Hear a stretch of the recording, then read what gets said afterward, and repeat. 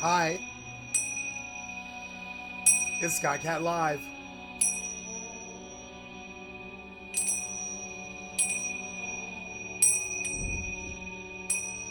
I love you guys.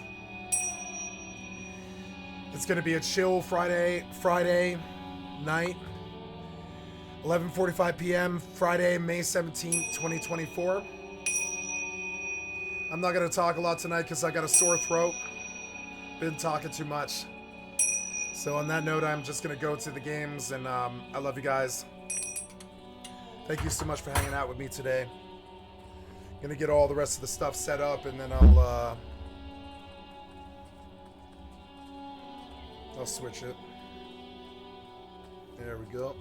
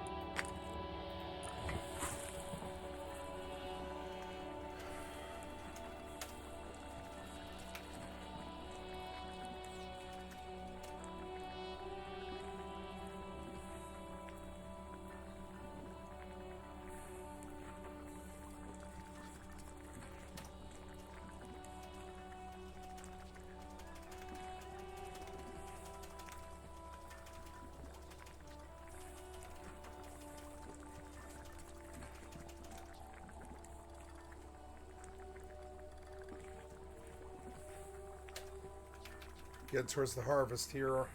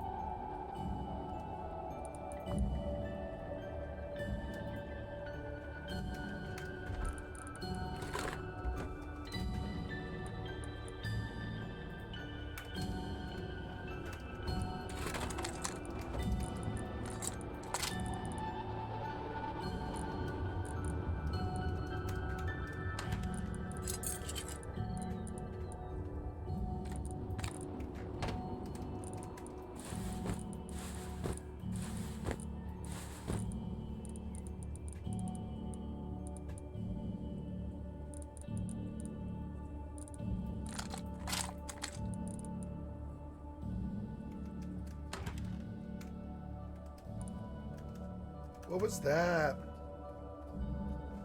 What was that?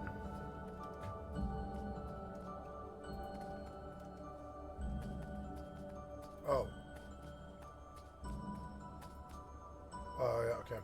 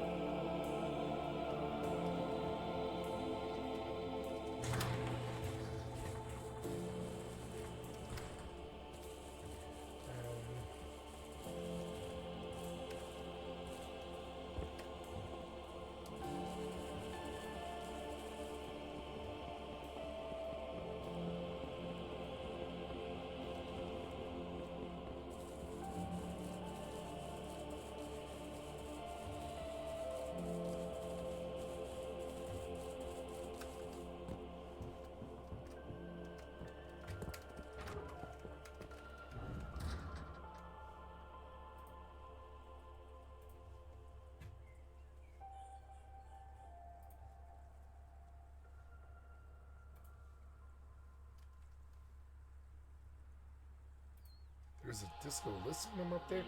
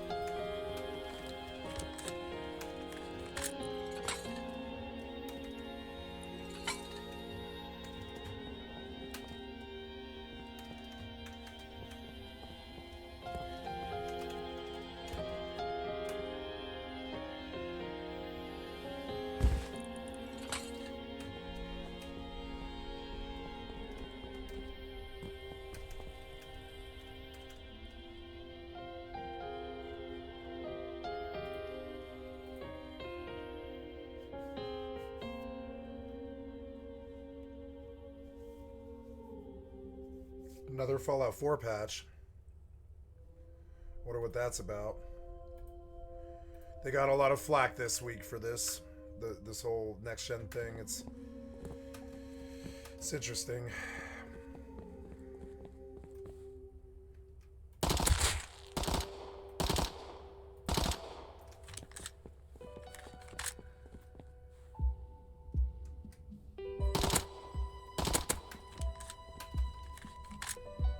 Ah. Games are oh, because the game's launched.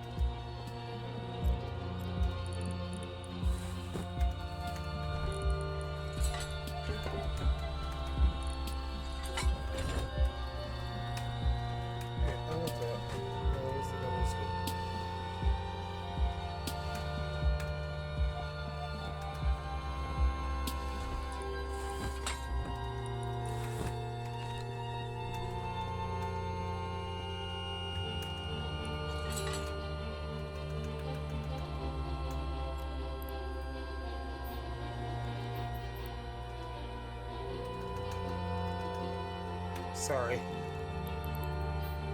Forgot I had my music on, sorry.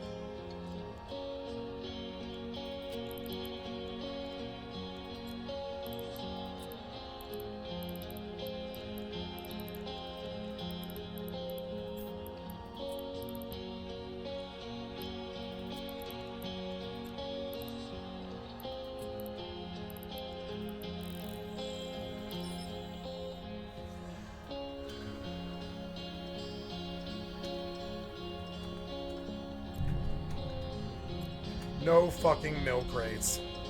What a fucking waste of time. Fucking so stupid.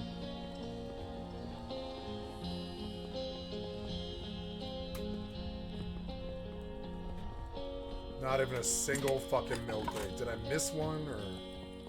No, I didn't miss anything. This was worthless. Why even run this? This was so stupid. I'll go to water treatment.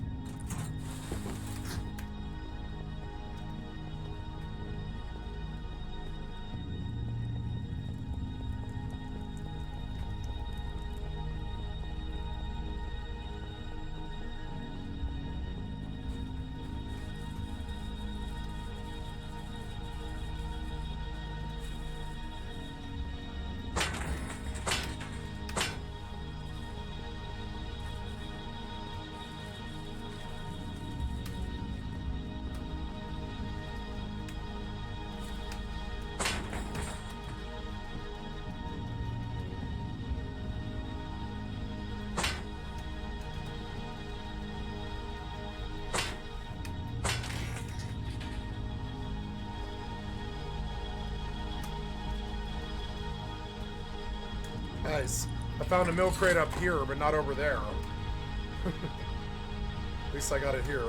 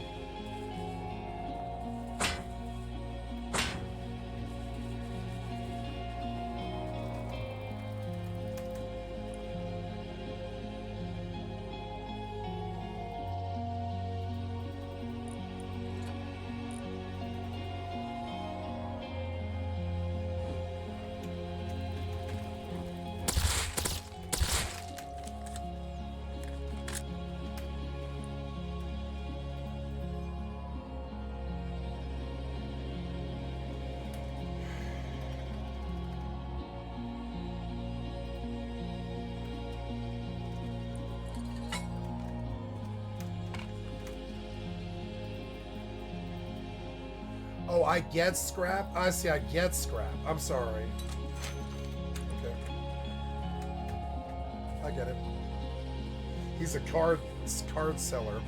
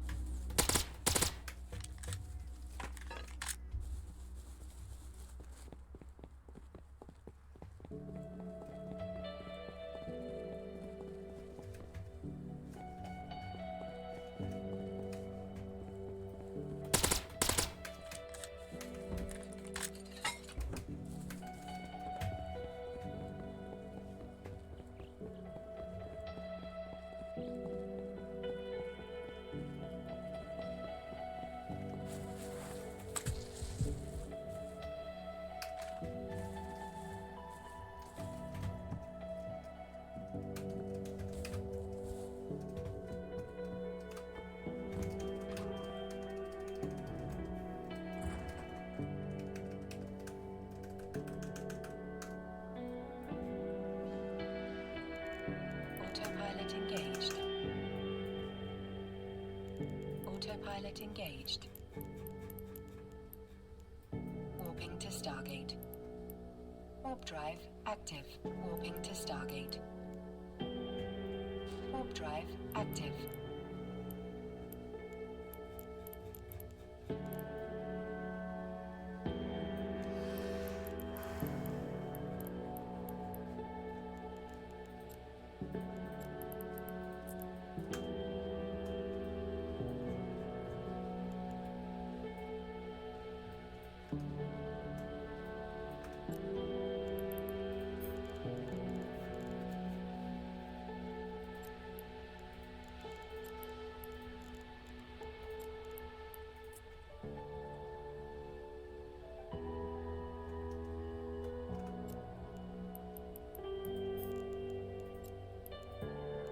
Approaching Stargate.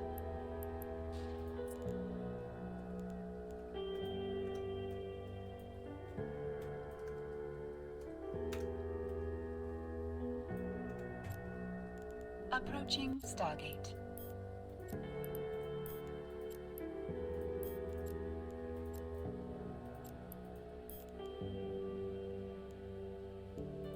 Autopilot jumping.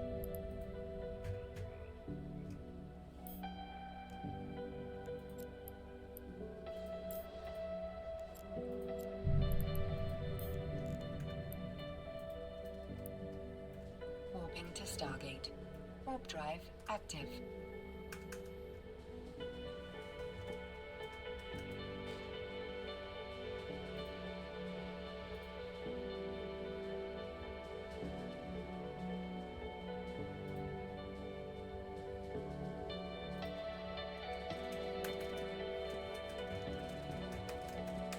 Autopilot jumping. Approaching Stargate.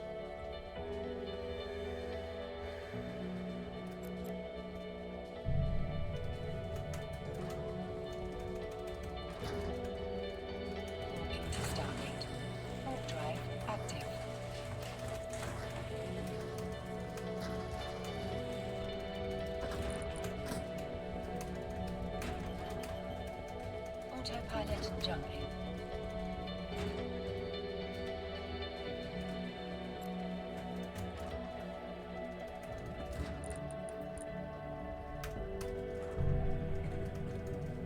Warping to station. Warp drive active.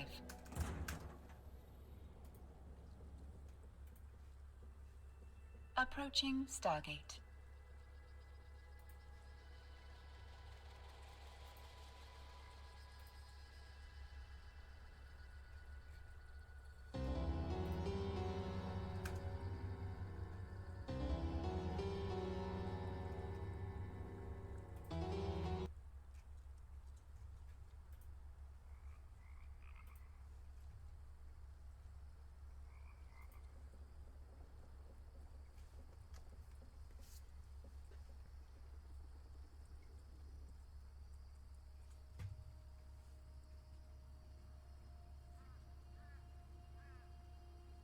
Approaching station.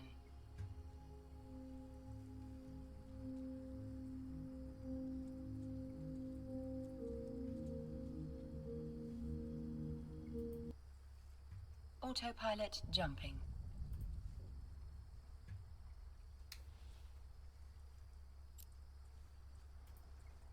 Docking request accepted. Warping to Stargate.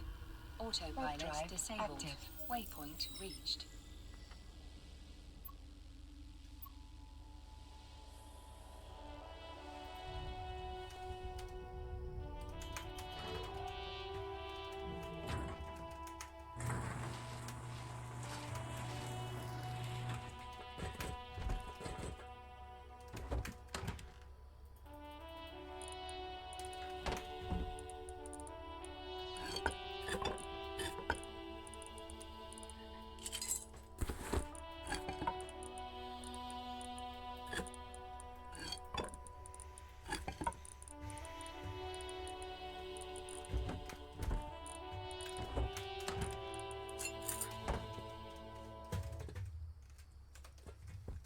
What? Approaching Stargate. What'd you do? You just stopped. You're so annoying. Reload this fucking site. YouTube is so bad now. Fucking bad. So fucking bad.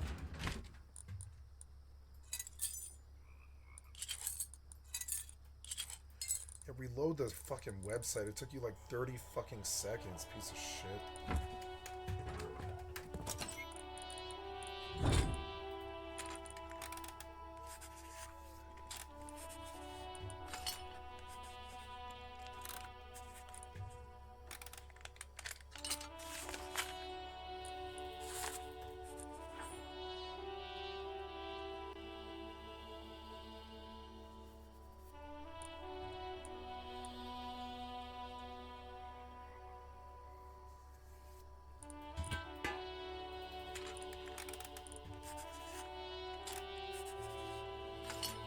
Autopilot jumping.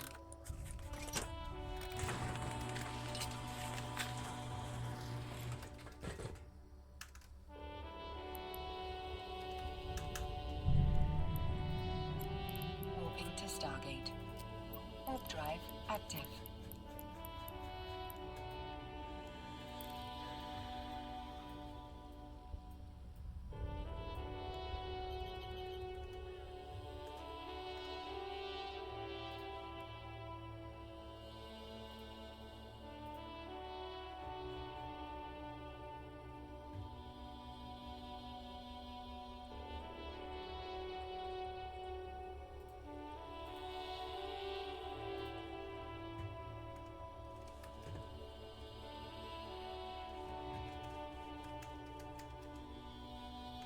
It's always the same amount. It's stupid.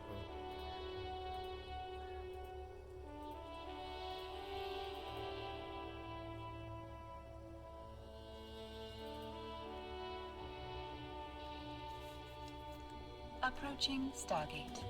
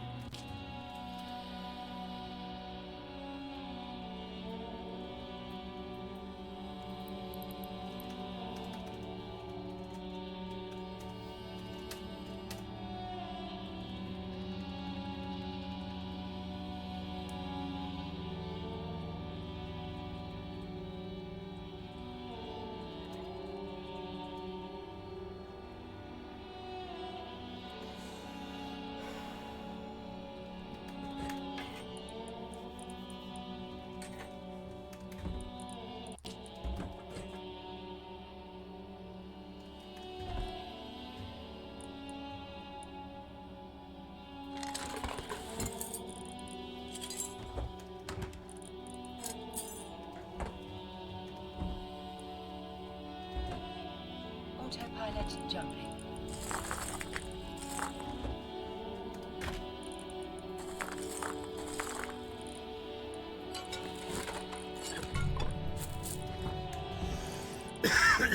Warping to Stargate. Warp drive active.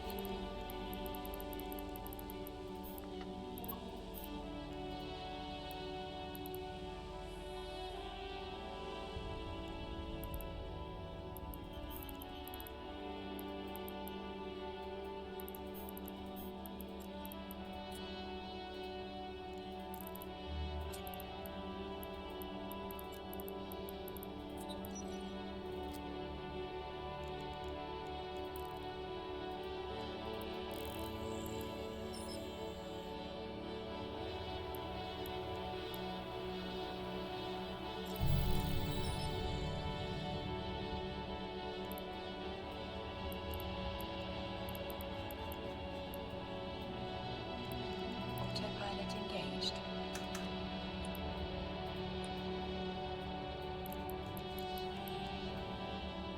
Warping to Stargate. Warp drive active.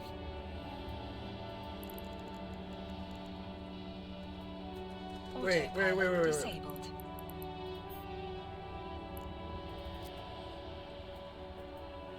So...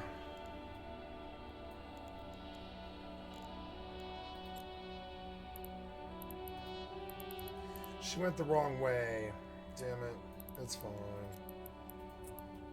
Yeah, just go there and drop it is what I wanted to do. It's only 3 jumps. It's fine. That's actually not that bad. It's fine. Warping to Stargate. Warp drive active.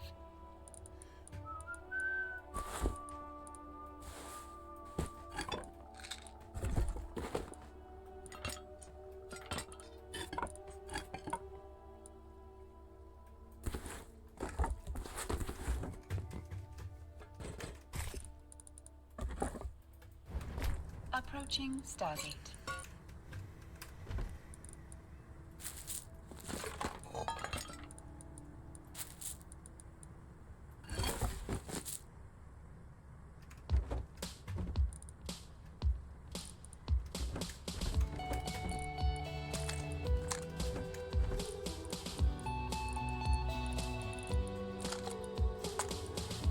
Approaching Stargate.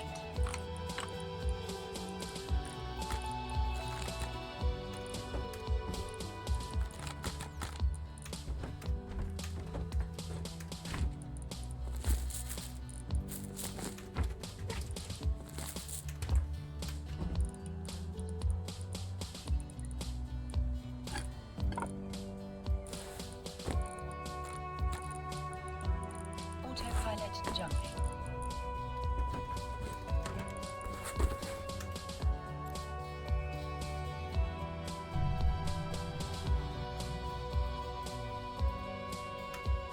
Warping to Stargate. Warp drive active.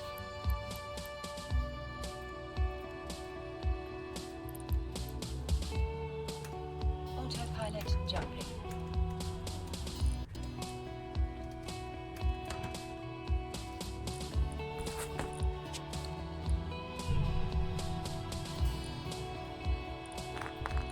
Warping to Stargate. Warp drive active. Approaching Stargate.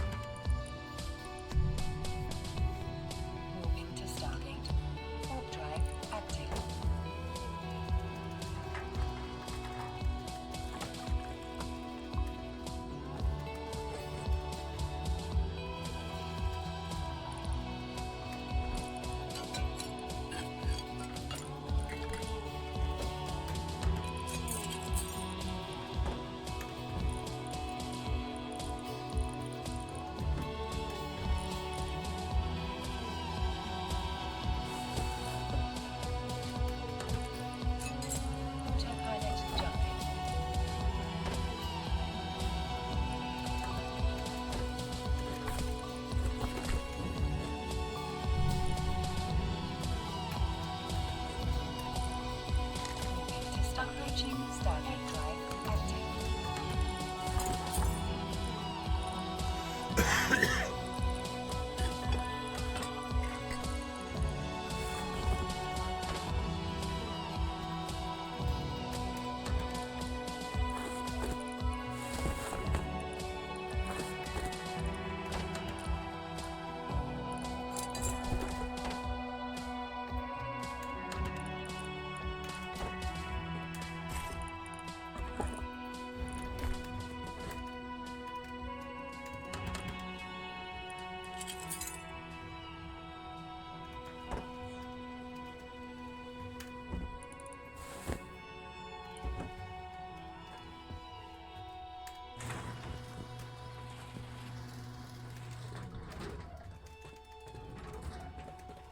Autopilot jumping.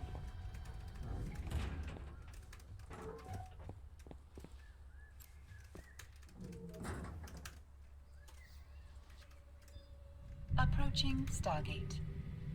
Warping to Stargate. Warp drive active.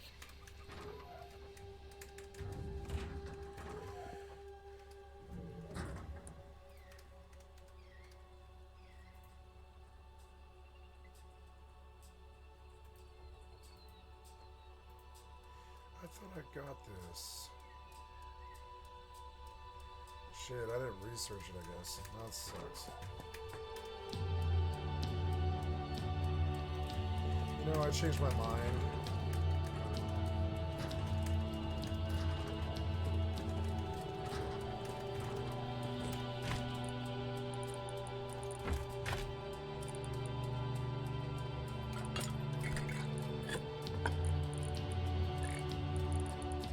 Approaching Stargate.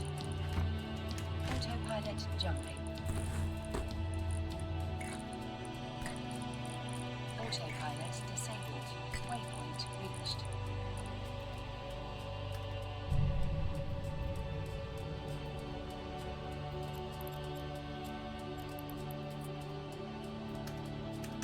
Warp drive active.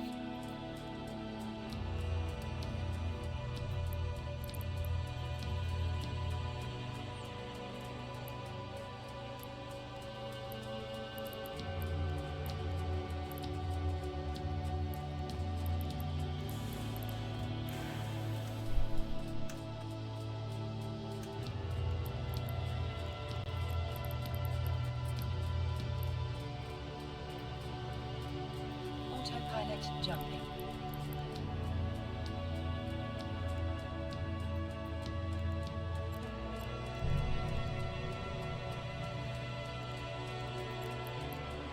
Autopilot disabled.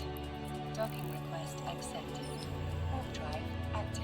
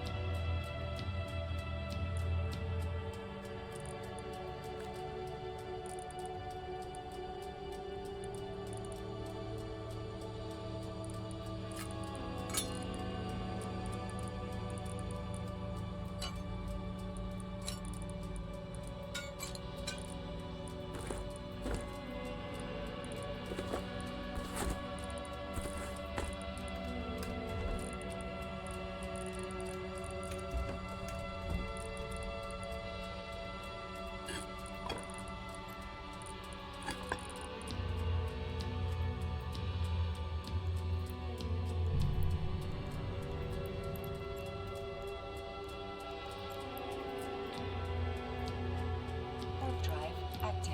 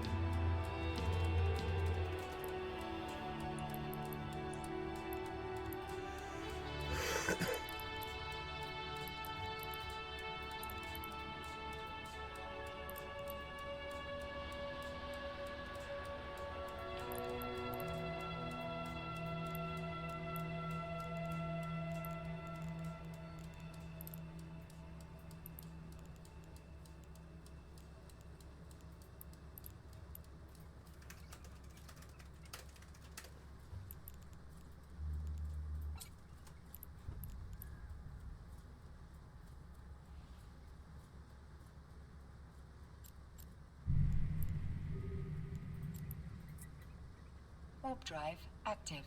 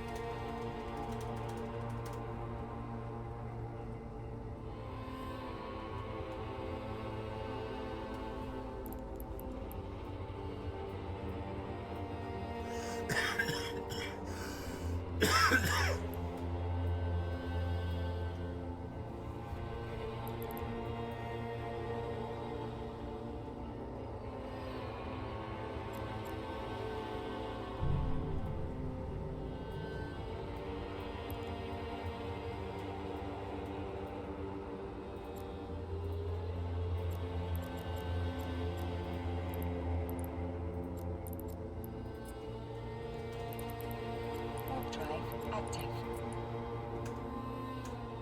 Warp drive active.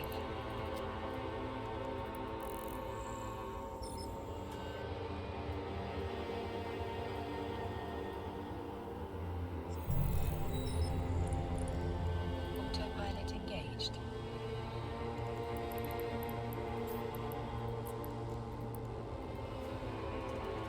Moving to Stargate. Warp drive active.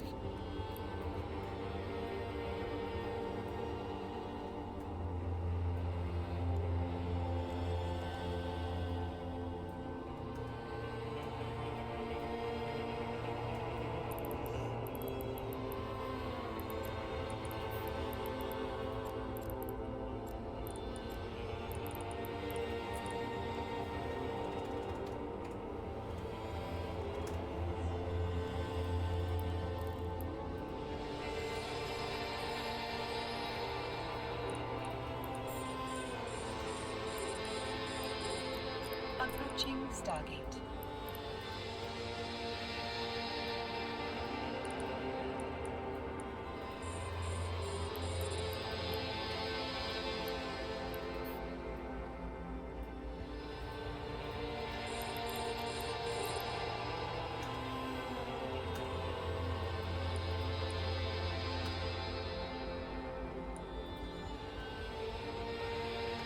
Autopilot jumping.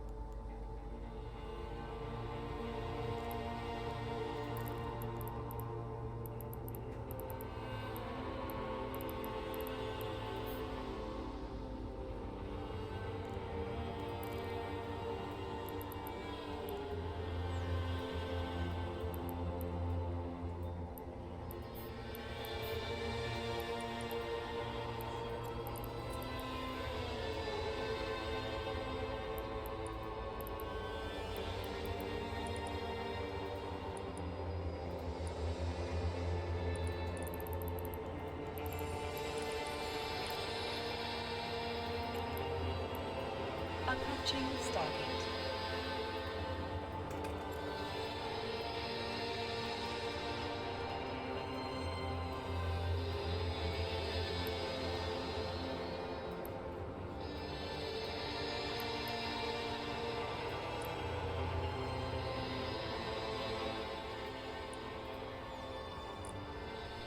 Autopilot jumping.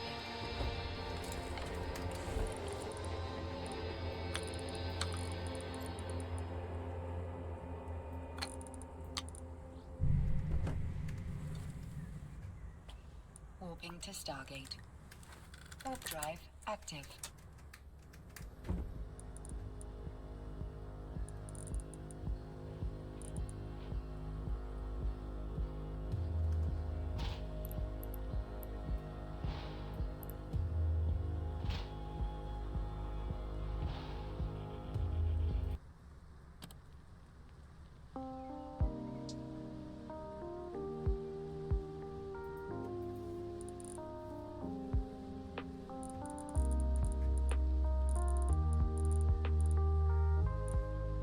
Thank you, Samuel Shepard, for the excellent content for my stream. I'd like to sub to your channel.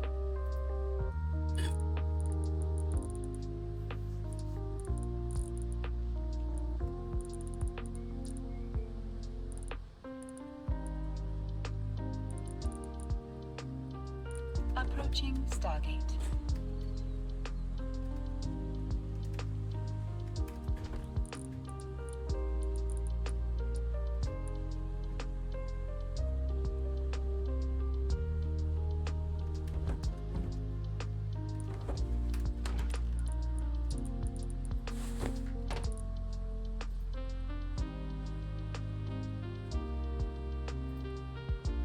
Autopilot jumping.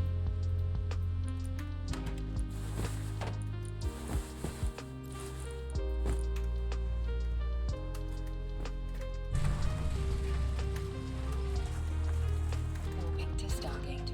Warp drive active.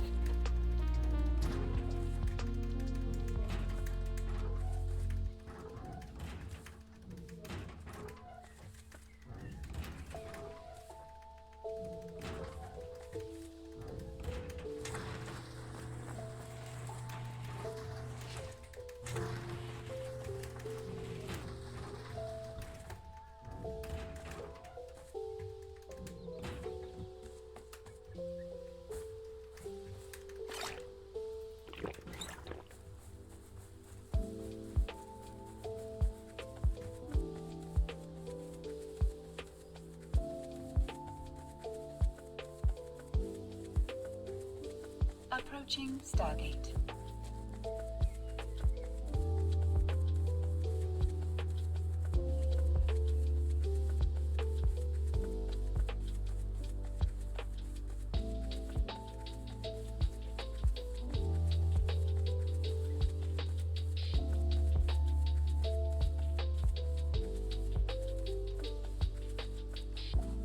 Autopilot jumping.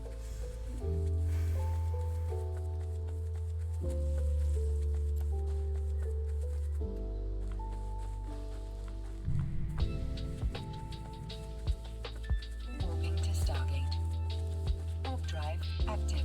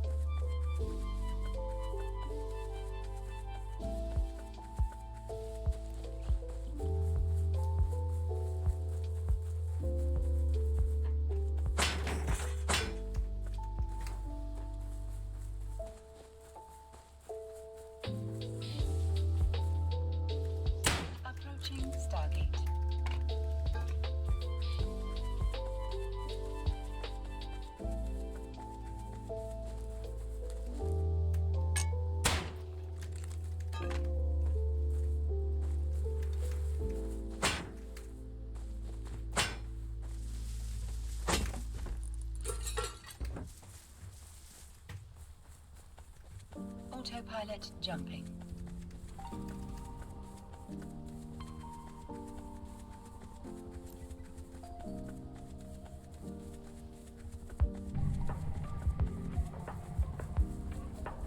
Warping to station.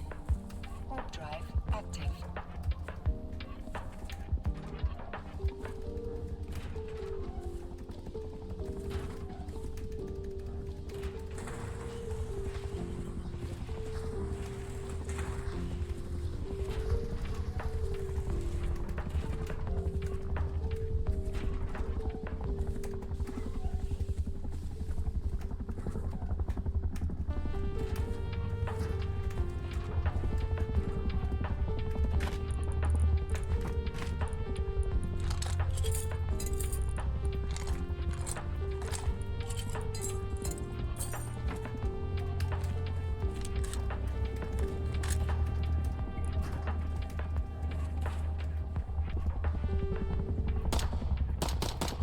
Approaching station.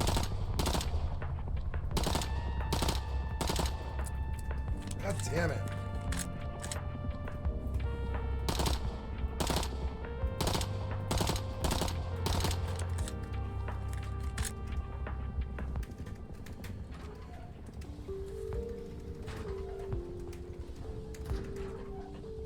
Docking permission requested. Docking permission requested. Docking request accepted.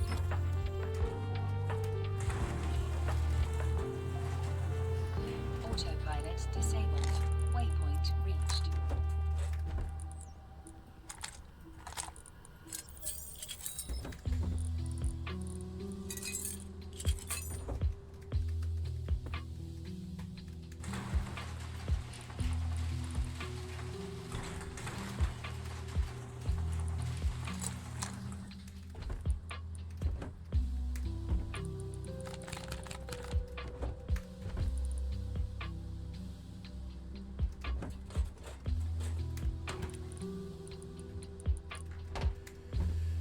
Where's the other one? There it is.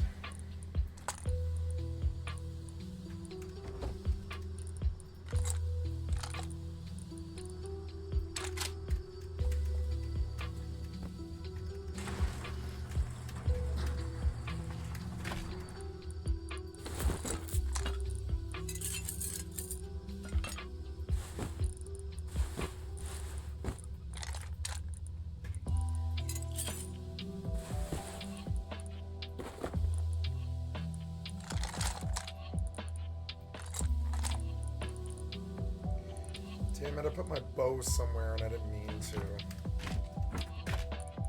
Oh, yeah.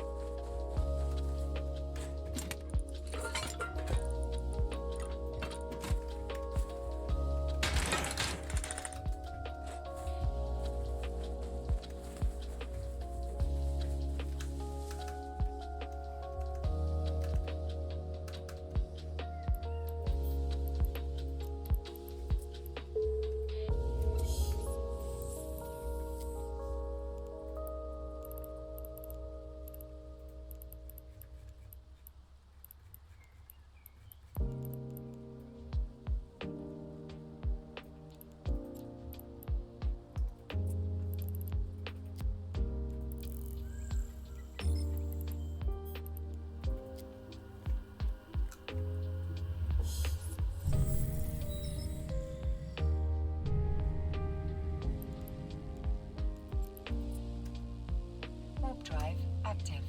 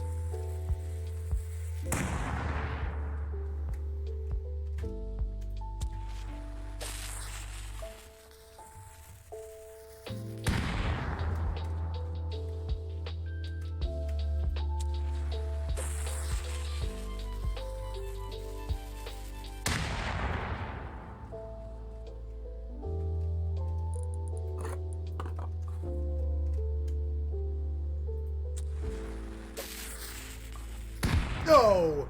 God damn it, on the last one. It's so fucking annoying. I knew it was gonna do it too. I was like, you're gonna rob me of my time, aren't you, on the last one? I thought it the entire time. I was like, I'll bet my fucking bottom dollar you fuck me on this. I bet you do, and it did. God damn it, man. Swear to God.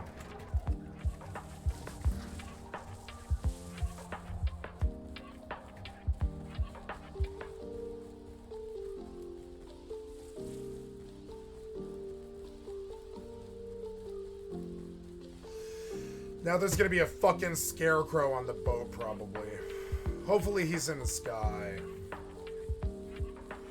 This is gonna be such a fucking pain in the ass, I can feel it. It's gonna be way, way, way, way more painful than it needs to be. Just because it's me. Everyone else would have gotten fine, but it's me, so I get every bit of pain that you can get from the RNG. Every last bit of it. Never, ever, ever, ever catch a break.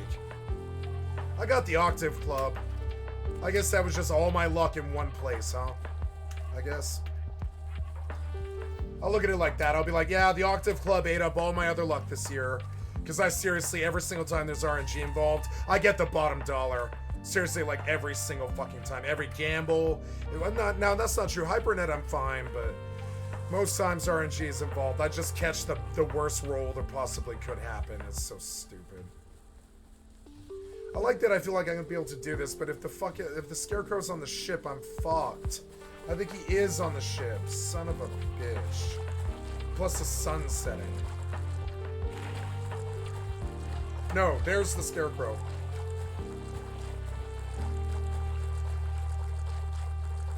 Oh no.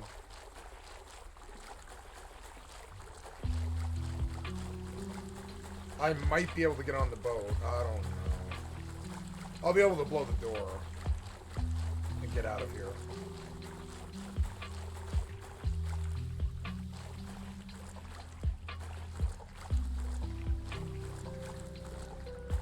Oh god, is he gonna catch me?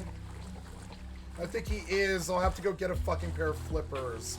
It's so stupid. What if he might be below me? I don't know. I don't know. Don't catch me. Don't catch me. Don't catch me. Don't catch me. Don't catch me. Tell me he's below me, please, please, please, please, please. Tell me he's below. Tell me he's below. Tell me he's below. Tell me he's below. Tell me he's below me. Tell me he's way below me. Tell me he's down. Oh, you son of a fucking bitch. See the RNG as the last second. Worst possible fucking roll. Worst possible fucking roll you could possibly get. Jesus fucking man. Like, come on, man. Why do you do this stupid shit with your design? Come on. Wait, don't I have like a... No, I have a... No. I'll have to go get a fucking pair of flippers. So fucking annoying. Ooh. I'll just bring a weapon is what I'll do. I'll just kill him. That's fine. As to what to bring. Nail gun, I guess. I'll bring a nail gun. Fucking annoying. This shouldn't have been this goddamn fucking horse shit all the fucking time, man. Can't ever catch a fucking break ever. It's so fucking annoying. I gotta go waste 40 minutes for no fucking reason. For 1 second. 1 little second. It's so stupid. It happens to me all the fucking time for no reason. Every game.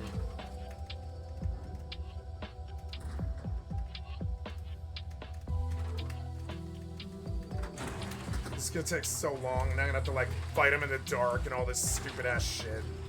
It's so fucking annoying. Alright, let's get suited up to fucking kill him. I'll take a miner's headlamp and a fucking and a nail gun. That'll kill him.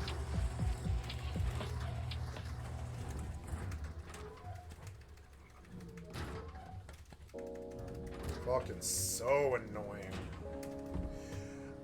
I rest assured that, I mean, that's useful. That might actually help, but... get a helmet.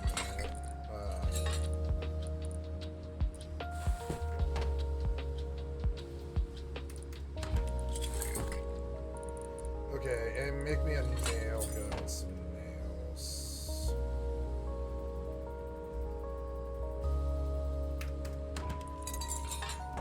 Whatever you can do to steal my fucking time for no good goddamn reason on some fucking stupid ass shit. I swear to God. Video games.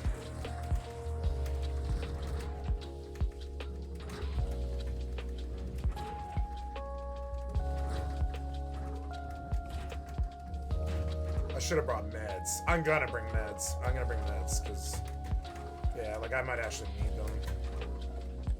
Wish I had more sulfur. It's fucking annoying.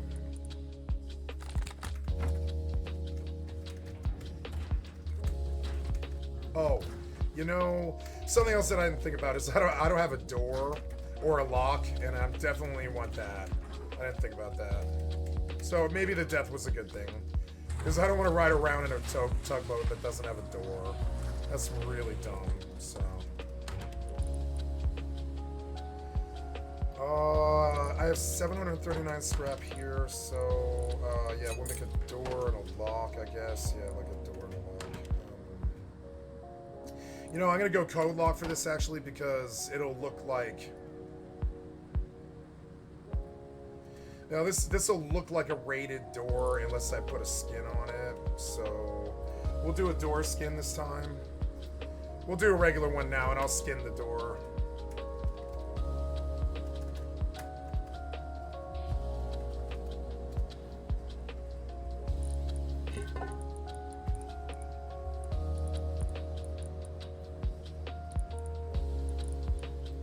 Go with that one, I guess, and then we'll make a code lock so it looks like I've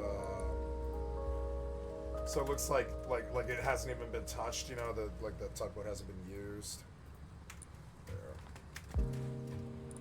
Oh, and then I want flippers and an air tank in case I need it.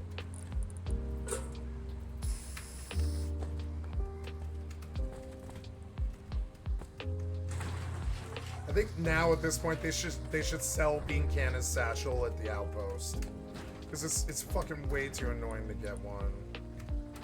That's too much metal.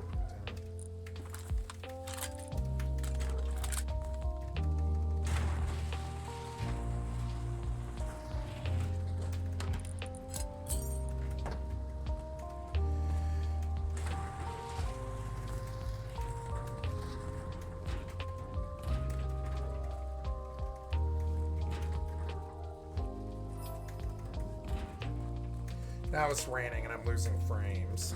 Oh, right. I haven't even been paying attention at all. Oops.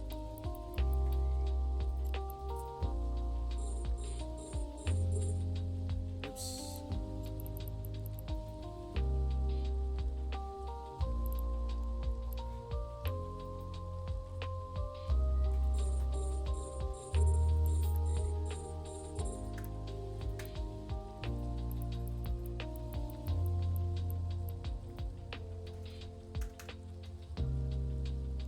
Autopilot engaged.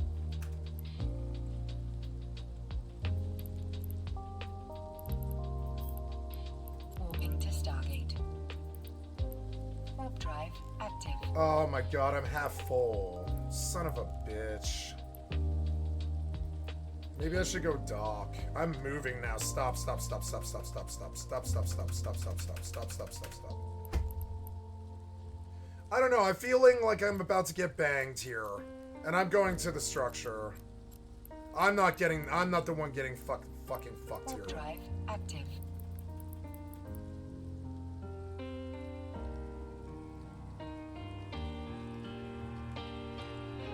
I'm not the one getting fucked here, I'll tell you that. I'll wait till my alt gets here. If I feel like they're sitting in this I feel like they're setting up the gank right now. I'm docking up. Approaching Stargate.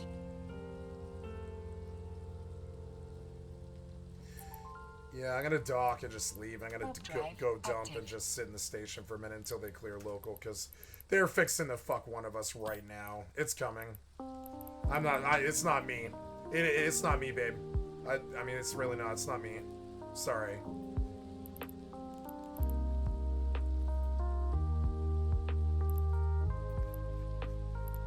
Autopilot jumping.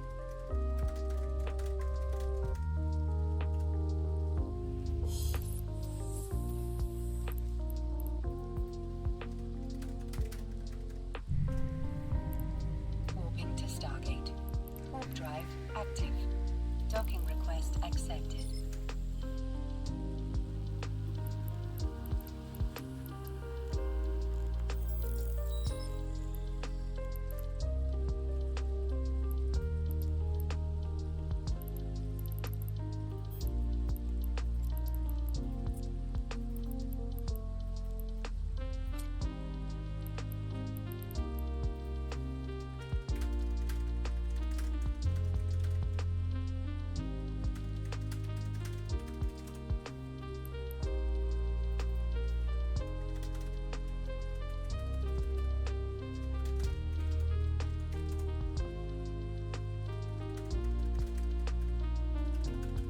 Approaching Stargate.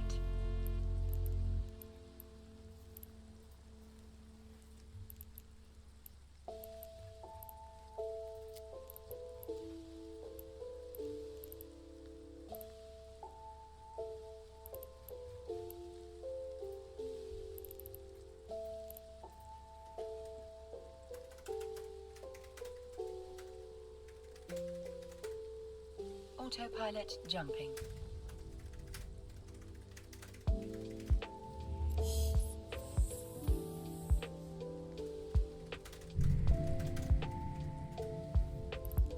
Warping to Stargate.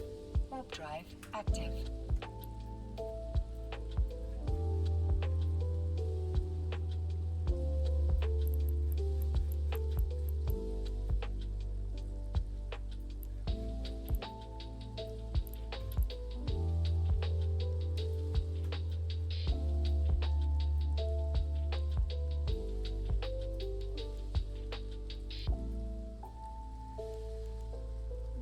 I think I better turn off autopilot, man. I'm terribly sorry, guys. I must use the restroom. I'll be right back.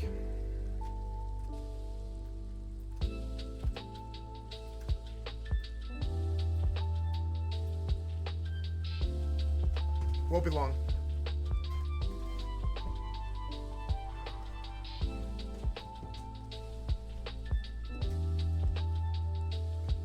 Approaching Stargate.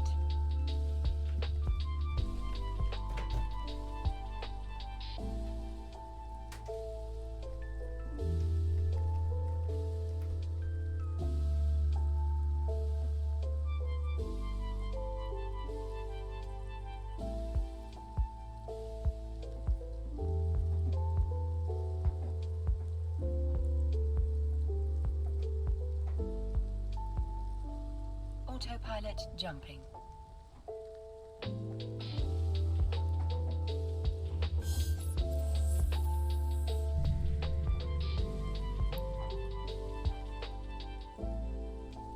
Warping to Stargate. Warp drive active.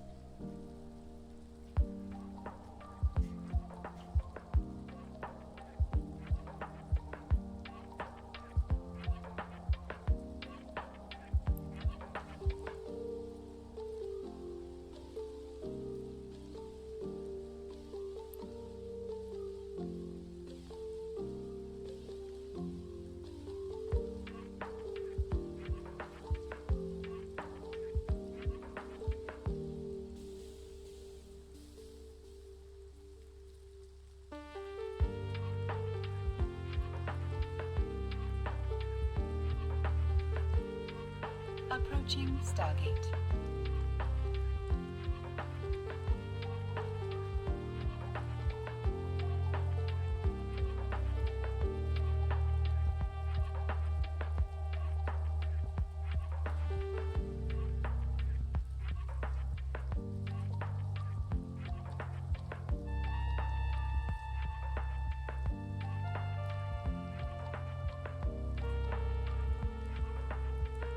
Autopilot jumping.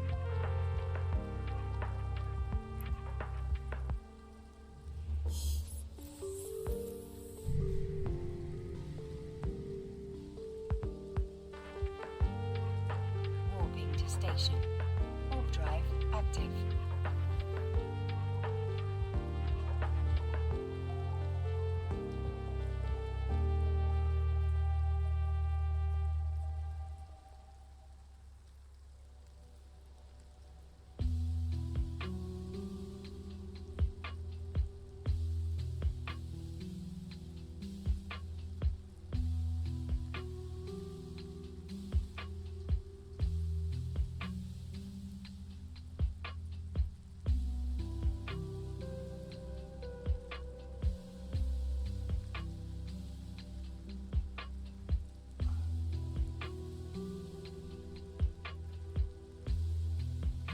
Approaching station.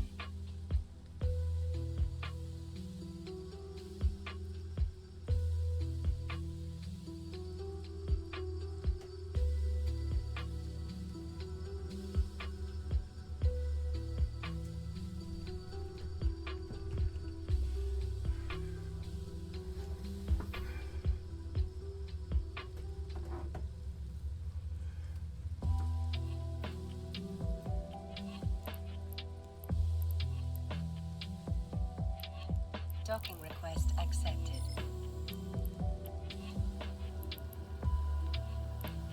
Autopilot disabled. Waypoint reached.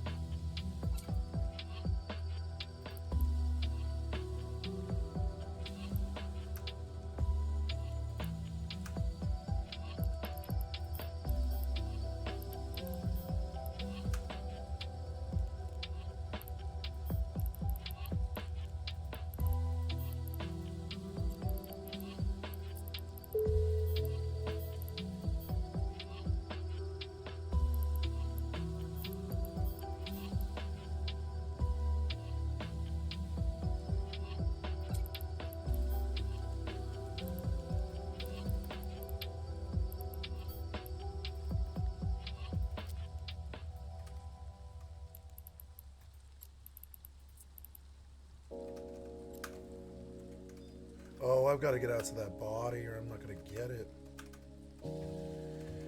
Well, at least it's daytime now. I didn't want to fight him in the daytime where I couldn't see him.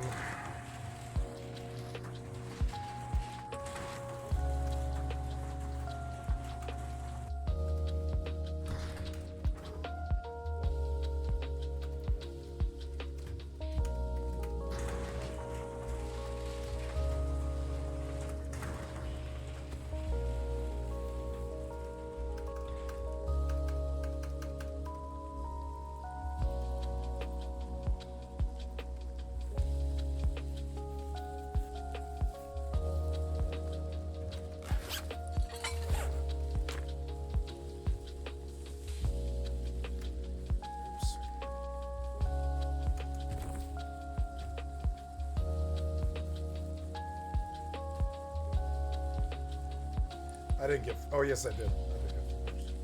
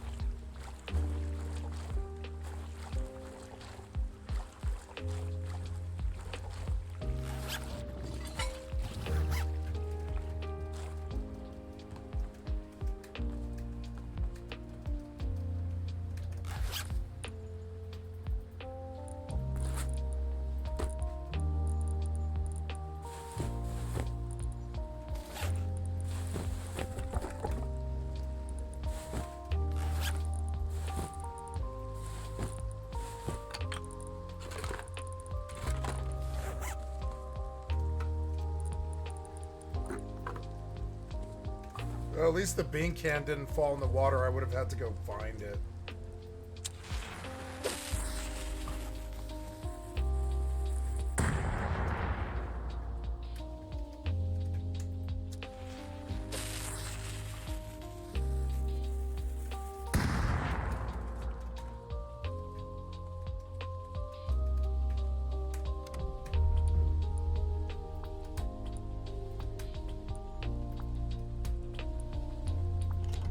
Nice, 200 fuel. That's good. Helpful. Well, I raided something, and I don't usually do that, but they hogged up all the goddamn tugboats on the server, so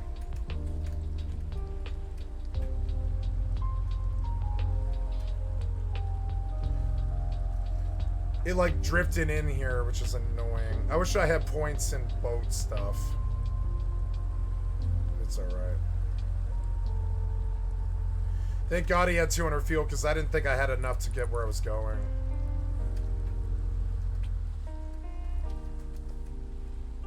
Just made me a little nervous, you know?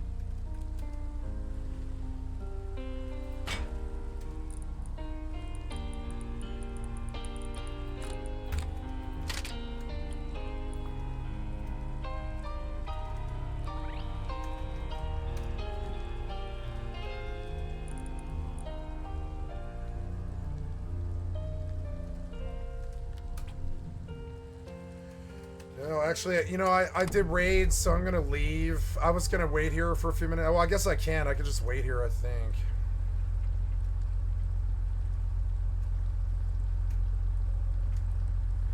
It's gonna be a long ride, like half an hour or something dumb like that. I wish it would go forward for a while. It's so annoying. I don't know what's wrong with this thing going forward for a while. Like a real while, like 30 seconds or something, but nope.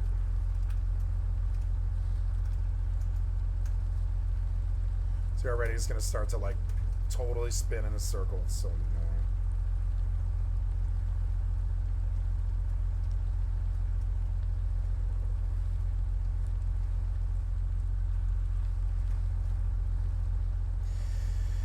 I think they should put mill crates on the occasionally, like really rarely. I think there should be a mill crate on these floating wreckage. I think it would make them much more interesting.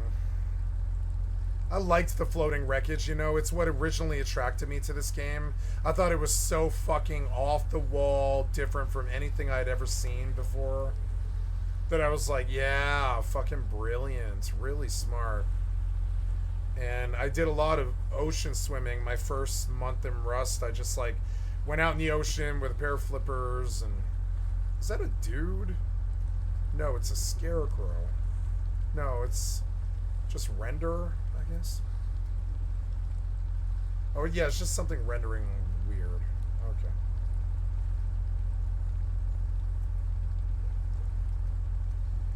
I think this is the long... No, this is the right way. I'm almost to where I'm going already, which is awesome. That's where I'm going. Fucking sweet. I came the right way. I was like, wait, am I going the wrong way this whole time? And I wasn't. I wasn't going the wrong way at all, but... This is a fun day. I'm enjoying it quite a lot.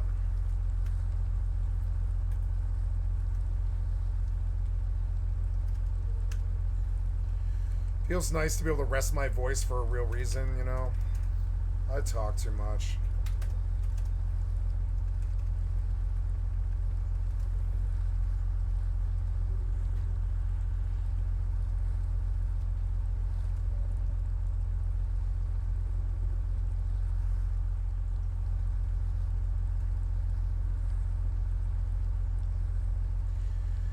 This was a long way, but it's still the right way, which is good. It is a long way, like, period. Like, I liked how far this base was from, I need 9 more bean cans to get in the bottom thing. And then another 18 to get this door off, or anybody can, like, come find this base, essentially. But I want to get in there and kill his bed, because right now, he can just come spawn in. You know, if there's a bed in there, I should go look in the window. I'm actually kind of really curious about what I'm facing with that, because I could literally have him come up here and jack me right now. So I'm just gonna go check that, you know. It's a single player. There's nothing in here, I don't think. Which was annoying to me. Look, it's all it is a bag. So yeah, I gotta get that bag. So that's why I'm going where I'm going. We'll see.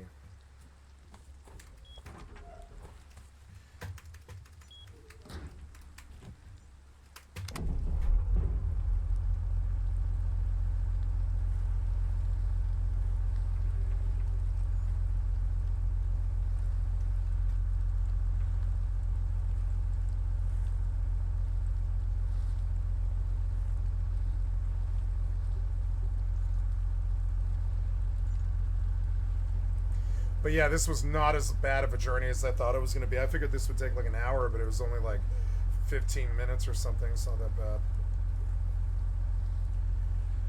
I used to really dislike boat rides because it would be like, all right, let's go. And then half an hour later, you finally get like all the way on the other side of the island. Rust was really good when I first started. Everybody was still learning it back then, like 5 years ago, something like that. All the kids were still learning it, and like people were just learning the game. So you would see people doing stuff all the time, just trying to learn the game, get more credit, and find more people to kill and all this. And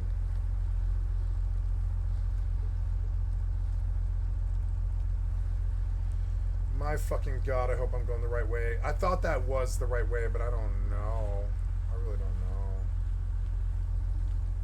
I can't go through there because I'll run aground. So I have to go this really long fucking way. Let's see how the fuel's doing. I've already used 100, but I've got 210 more, so, 110 more, so, yeah, I've got 210 to go. That'll get me where I'm going, which is good.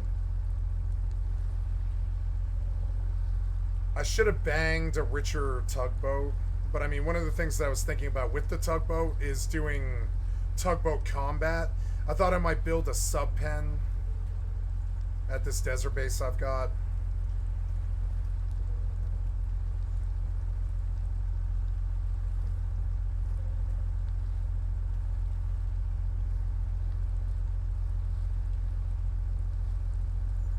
Yeah, like a big old fucking sub pen.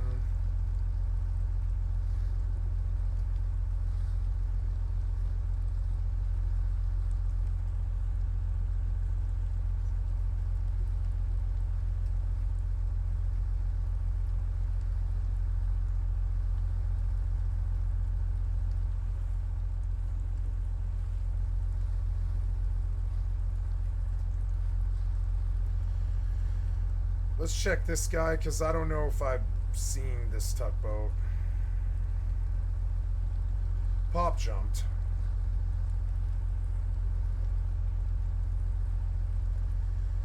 It would be good maybe to put my bed on this boat, but I don't know. That's also kind of maybe dumb. Oh, look, this is open, is it? It is. Yeah. Well, let's go see. Maybe nobody's been to this. This might be dumb, but I don't think it is. See, this is the one that I should have banged. I'm an idiot. Maybe I'll just come back and do this one. We'll see. Oh, yeah, okay. Oh my fucking god, I'm an idiot. Well, okay, I mean, okay, well now I know. So if I get I don't know, it's, what is it? It's 10, 12. If I get 7 more bean can grenades, which I believe I can, I'll come back here, and I'll bang this boat, and I'll take it. Then I have 2 boats, right? And I'll run this boat out, and I'll swim back, and I'll let it float back to my base out here. I mean, there's nothing in it, so I mean, it doesn't really matter. I'm just gonna leave it empty for my own use. You know, it's my boat now. I mean, I don't know. I don't know.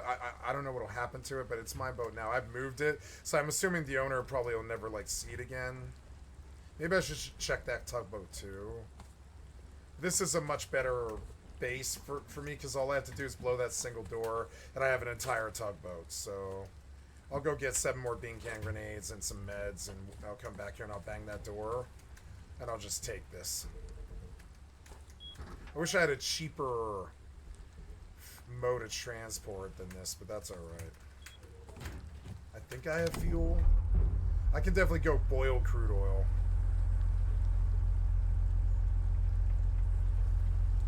I want to add tugboat to my daily gameplay, and I want my second base to be the tugboat. And at night I want to take it out all the fucking way, like way the fuck out, and just point in one direction and drive it out for like 10 minutes at the end of the night, and let it drip back while I'm sleeping. Get up in the morning, put it in the sub pen, you know. Because if it's in the sub pen, they'll just blow the door and take the tugboat.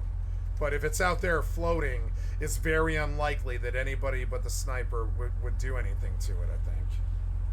So that just, you know, and even him, he'd have to like go out there and search on a boat, and you really can't see the boat that easy until you get to it. And, you know, I can just move it out when I'm not on stream somewhere. So I could see something here. We'll see. I could be raided. We'll see. No, I don't think so. So, yeah, I could just build a fucking sub pen right there. Or, like, over there. Across the way, I could just build a sub pen over there. It's not that hard to do. I would need a couple of gears for a gate. Oh, turn this off. Yep. I love how I can just sit here and think about it, because it's my boat now, bitch. You know? I mean, there was no loot in this thing, so whatever. I don't care. I mean, there's fuel, but I mean, whatever.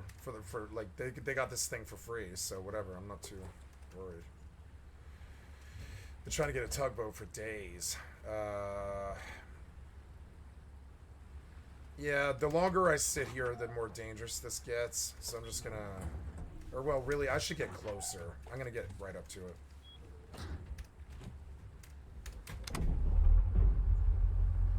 I built this base wrong, and when I get that tugboat over there, that enables me to do some interesting things. So I'm thinking I'm just gonna, you know, do something. I'm not gonna say what it is, but I'm gonna do something interesting, I think.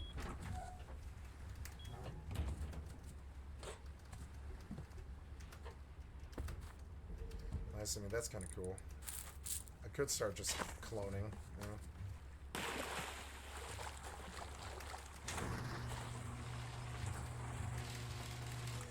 Okay, we got 48 hours in here.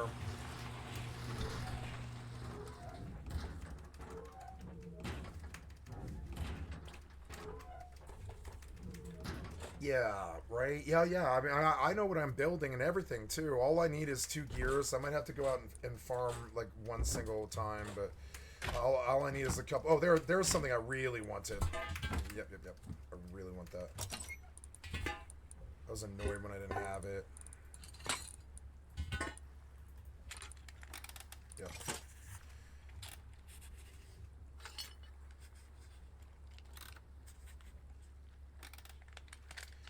Okay, so I'm gonna dump all this, Yep, we'll keep these in a place where I can find them.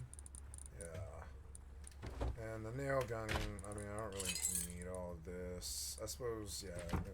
So, yep, and you, and, oh, I brought metal for the space just because I had a lot of it.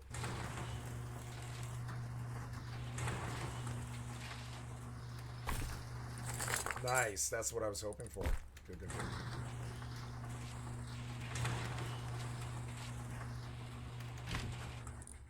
Okay, so try more. Oh, good, I do.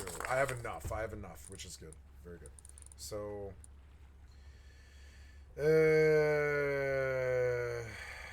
what else?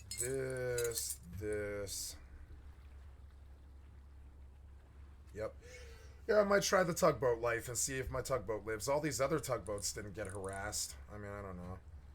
And I could always take the tugboat off stream out like 45 minutes out there to, you know, whatever, like not 45, but like 10 minutes out in a totally random direction. And even I won't know where it's going to land. And in the morning I come back, like right when I wake up, I just log in Rust and I take the tugboat the fuck back out again for, you know, like another 10-minute, you know, trip out or whatever. And then I just leave it there until I actually get on stream. And I'll put my bed on the tug and all this other stuff. I can't... Unfortunately, I can't really... I really wish I had a mixing table. I mean, I don't know. Can I make a mixing table? I don't think I did research it. No. Well, I mean, I don't necessarily need one. I know that I need gears. And that's definitely something, and I would prefer to put a mixing table down for what I need to do. So we'll leave this here where I can get to it. Oh, I'll boil that. That's good. There's that. And we'll boil. Oh, good. So, yeah, get that cooking, because honestly, I wouldn't mind taking tugboats and sticking them in a big fucking giant... Well, I don't know. Can I do that? I don't know. It's hard to say. Anyways,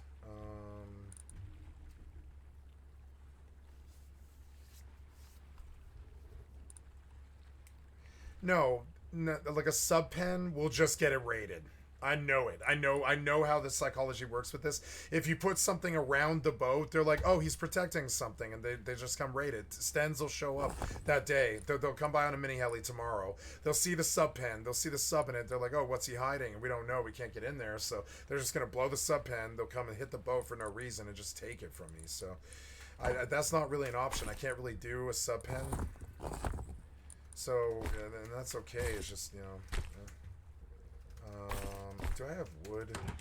Yeah, I should have wood. I'm gonna use my box, so... I guess I've got to go out and get wood and... gears. Wood. No, I don't have to get. I don't have to get wood, which is good. So... I need to eat.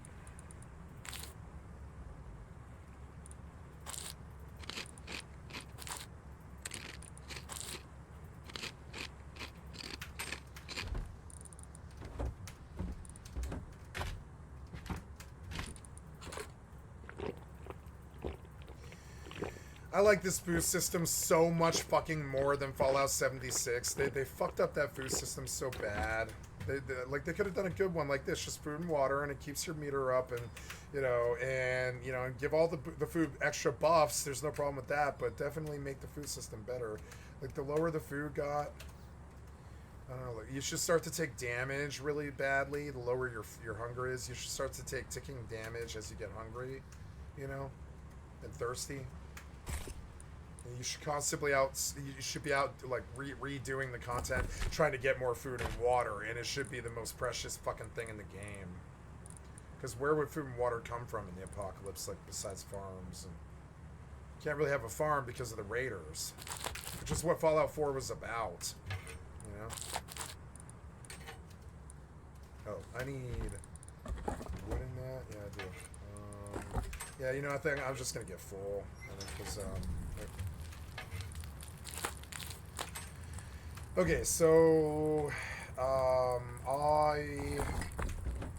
want to see what is going on with players right now.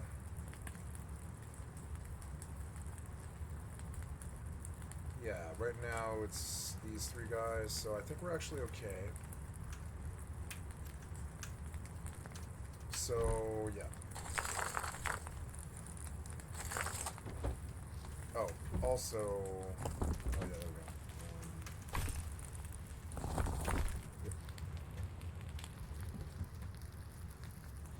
go. Yep. And I will...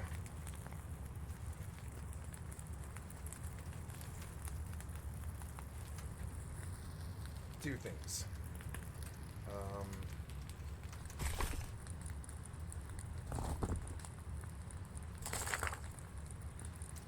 just gonna look through for any more stuff.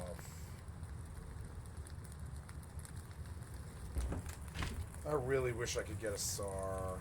I think I want this as opposed to those, so I'm gonna dump them.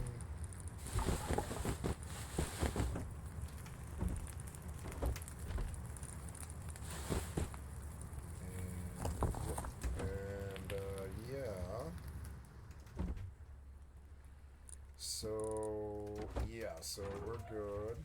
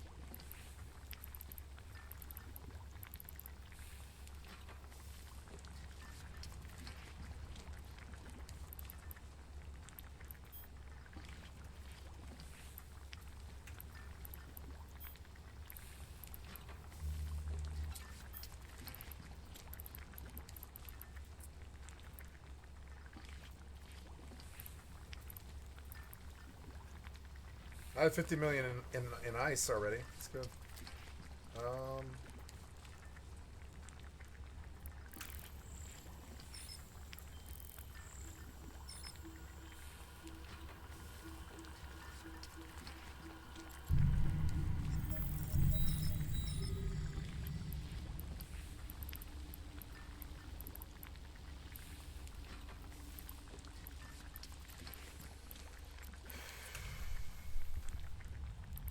Warp drive active.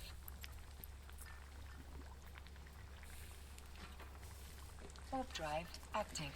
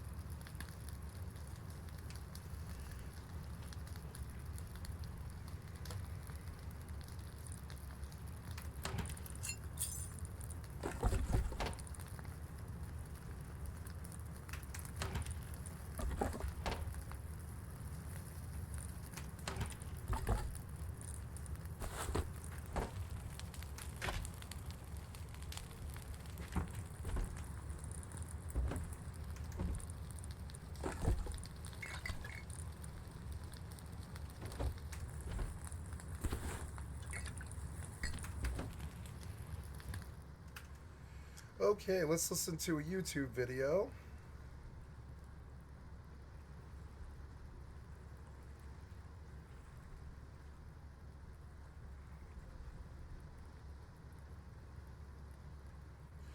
Here's Booth Cam with the magic behind Fallout New Vegas's DLCs.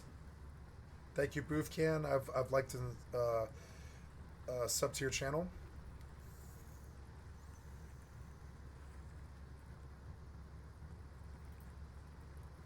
Fallout New Vegas AM DLCs.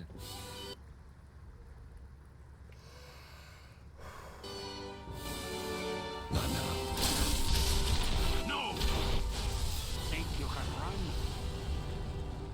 At this point, I don't have to tell you how great Fallout New Vegas is. Trust me, we know.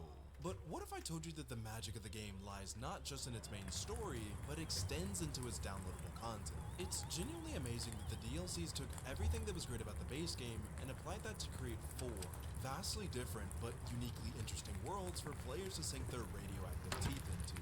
I mean, how many DLCs can you think of that are just as good, if not better, than the main game? Well, here's a few. And yet, here's Obsidian just strolling in with a big iron between the hips, producing 4 back-to-back bangers. From the ghostly confines of the Sierra Madre to the madcap experiments of the Big Empty, these DLCs offer a glimpse into the weirder side of Fallout universe. What illogic is this? Keep your filthy penis-tipped feet out of our labs and secrets. But what truly makes them great is the way they seamlessly interconnect with each other, and even the base game, weaving this narrative tapestry that only reveals itself when you take the time to appreciate all the hidden details. For example,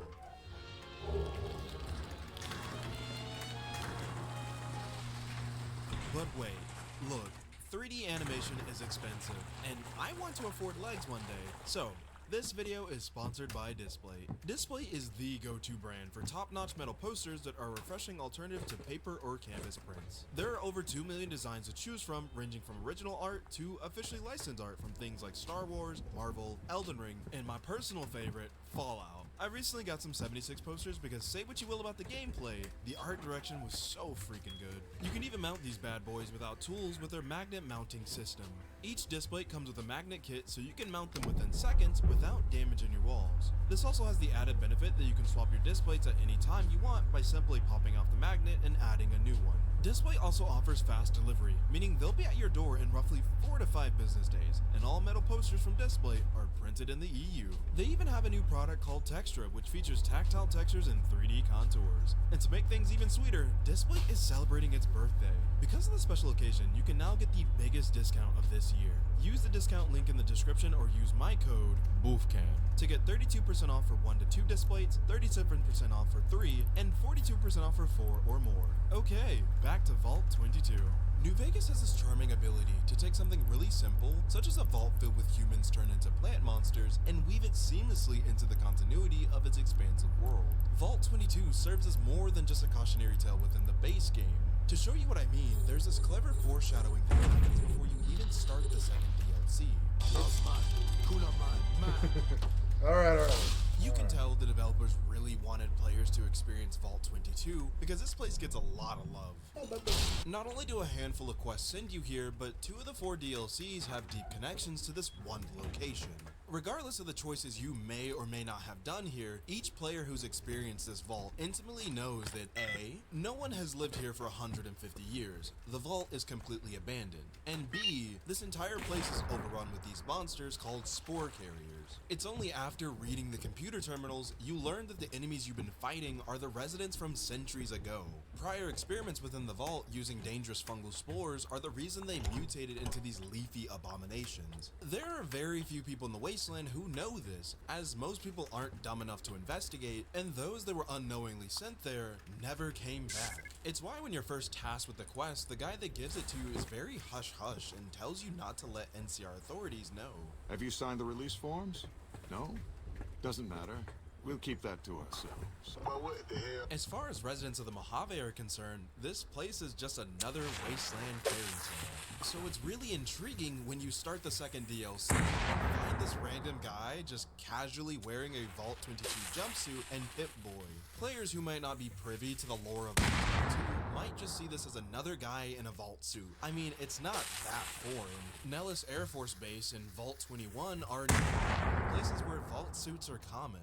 But the difference of one digit takes on a whole new narrative meaning. Asking him about it, you quickly realize he's talking straight out of his ass. He claims he was born in Vault 22, yet can't even get the name of the device on his arm right. He keeps calling it a pit boy. Someone, if they actually grew up in a vault, wouldn't mess this up. They would have had the thing since they were like 10.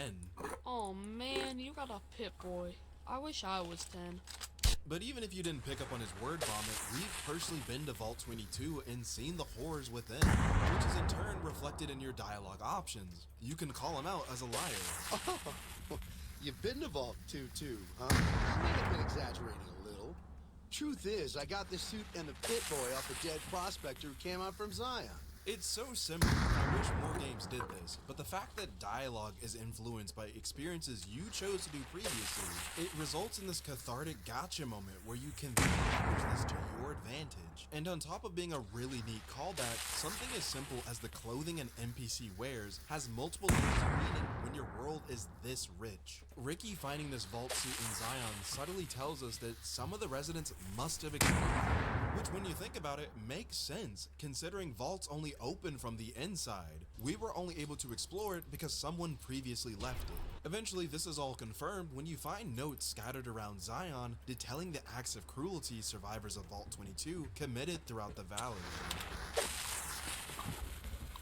What the fuck? What do you mean they ate them? And all of this is physically confirmed when you stumble across the remnants of their old camp, and even discover that a few caves still have spore carriers lurking centuries later. It's genuinely impressive because at a surface level this just looks like reused enemy assets, but there's a genuine lore reason why they're here in the valley, and it all ties back to Vault 22. This is environmental storytelling at its finest. Let me remind you, all of this is never outright told to the player. You could play this entire DLC and never make these connections, but players that take the time to piece these clues together can thread this hidden narrative that links 3 different areas together, explaining why the world is the way it is. When people talk about how great New Vegas' DLCs are, they're typically referring to moments like this. Yet, this is only one of many said moments. Each DLC is full of stories and connections just like this one. But if we want to discover all these, we need to start from the beginning. No, I really mean that. I'm not doing the cliche YouTuber thing. The first and last DLCs have unique dialogue and interactions solely dependent on the choices you made within the base game. Which, now that I think about it, they're kind of... Say I love you.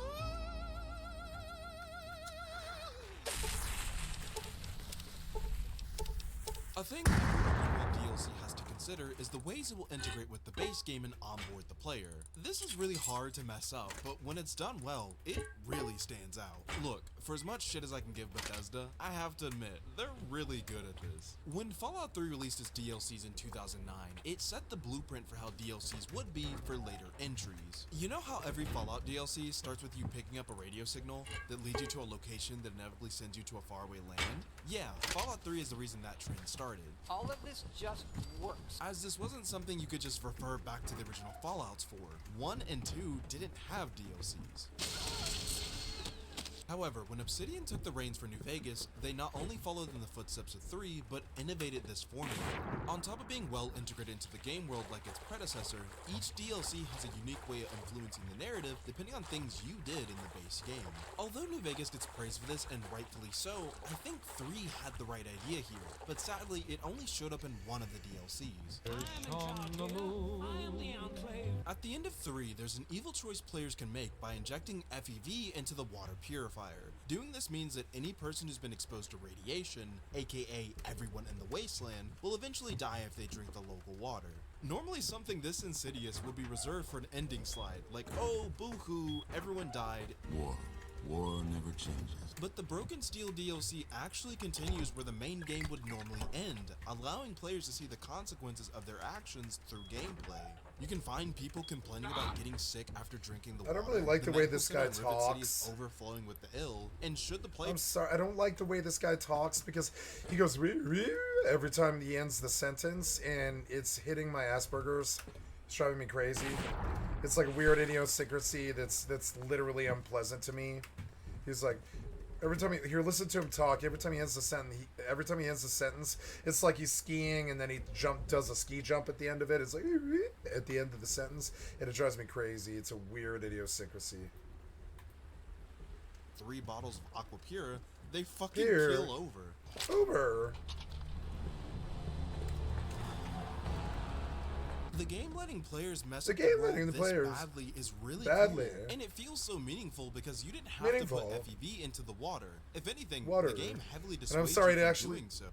like, his voice is fine, but it just annoys me, so I gotta get off it.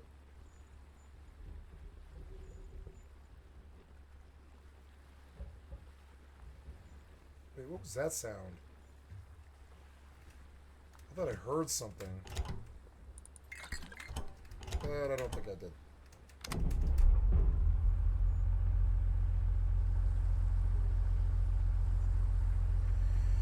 Alright, well, I own a full-blown tugboat now. It's good. Now I wish to go to harbor.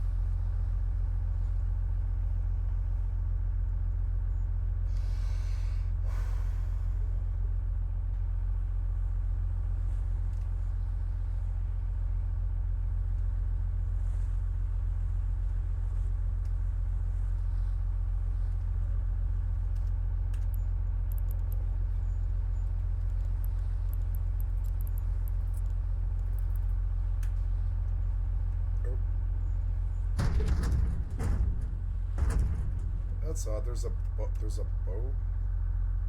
It didn't like that. I wonder if I damaged the boat more. I wish they would give you like a health rating on the boat.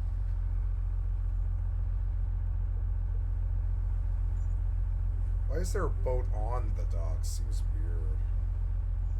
Like, how did it even get there?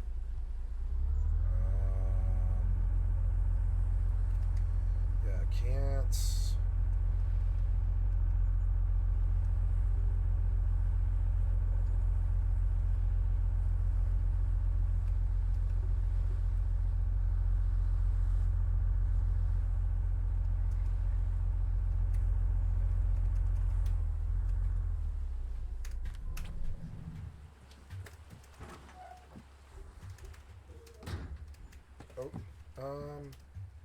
Oh yeah, I can go and like place something now. You know, I'm curious actually. Let's see. And also, I wish I had some way to. Oh well. Right on. Yeah, he's smart. Whoever owned this was smart. Not bad. Yeah, that's what I'll finish up and I'll put carpets on and stuff. You know. So, can you? I was just curious. I was like, what if you could do that? I was like, yeah, that's cool. Oh well. So I guess I'm putting a box down.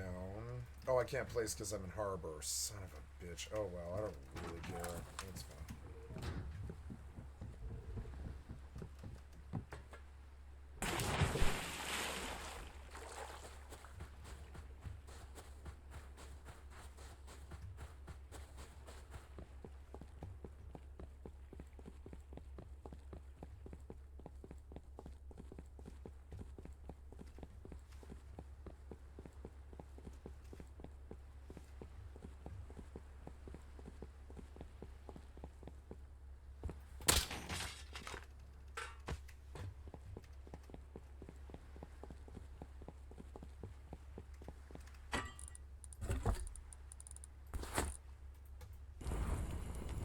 I understand that you may have...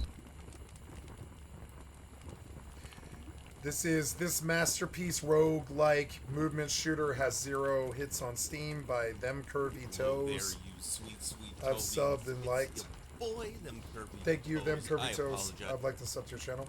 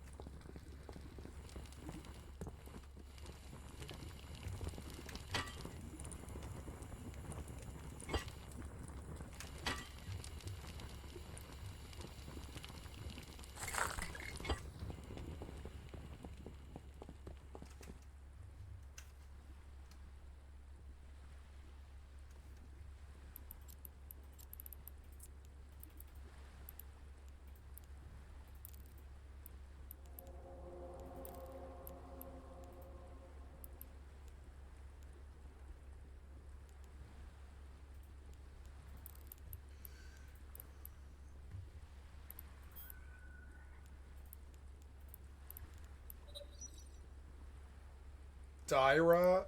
Wait, I said that to Dyra? I said to Sunasis to Dyra. I'm an idiot. Oh my god.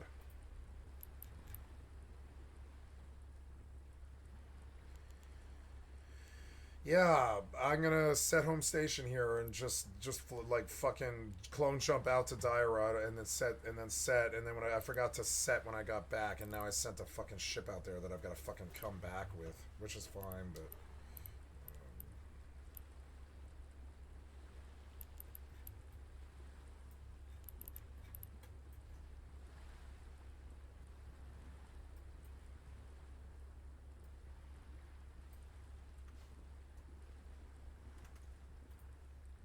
As I just woke up, so I'm a little loopy, but we are back today playing a new game for the channel, Dead Blitz. This is a movement shooter FPS roguelike.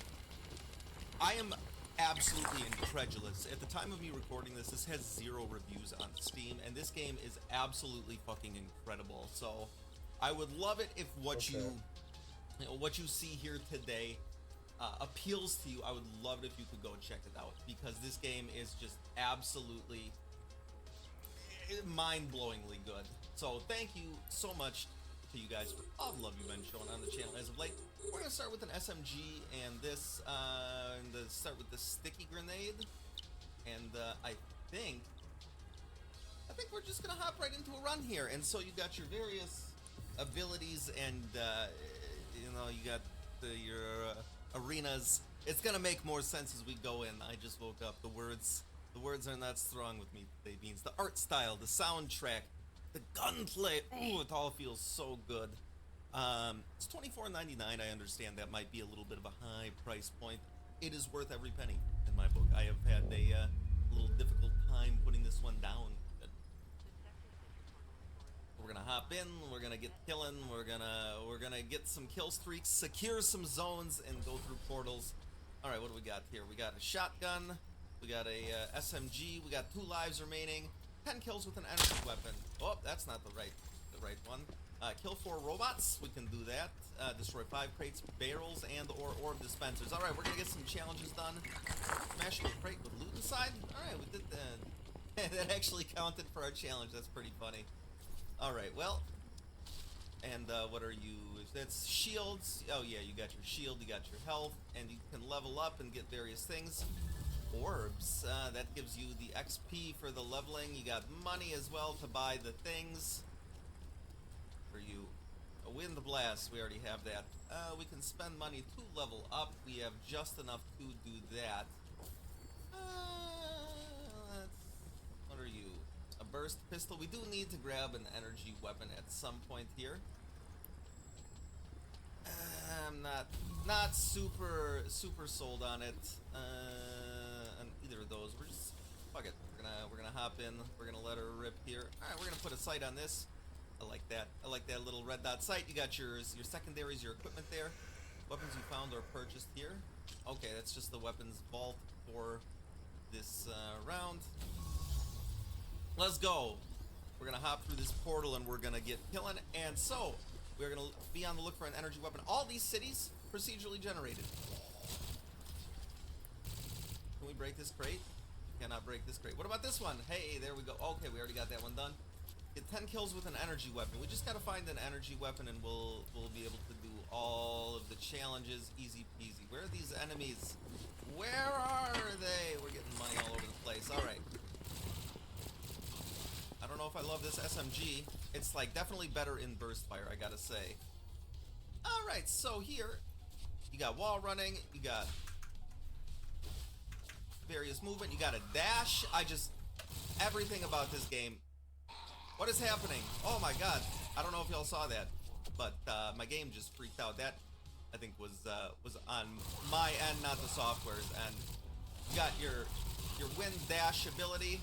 Hey, look at that.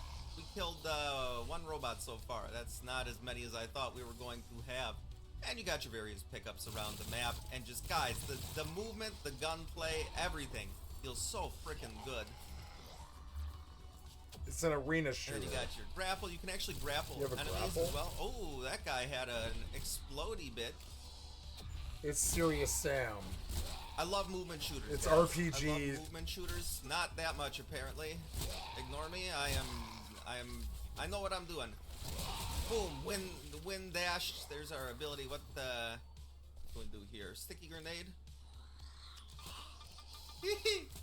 Semtex the zombie. I love it. You got your score. You got your kill streaks, and you want to obviously get that. You can see the securing zone. We got to stay in this, circular area, and you got to secure 3 zones every map, and then you get to go to the next difficulty level. How did he explode and hit me there? That is a travesty. A travesty Barker. Alright, and then you can get your upgrades as well. On zone capture, replenish 50% of your shields and health. I like faster sprint. And then those do come with secondary stat boosts as well, like we got additional max ammo there. Let's grab some of these shields, shall we? 13 times streak, not bad. We can do better. We can do better. I am on the hunt, on the prowl, as it were, for an energy weapon. Auto pistol, that could be interesting. That is just a worse version of the shotgun we already have. Ooh, low ammo, okay. Looks boring to me. I'm terribly sorry. Let's look at this guy.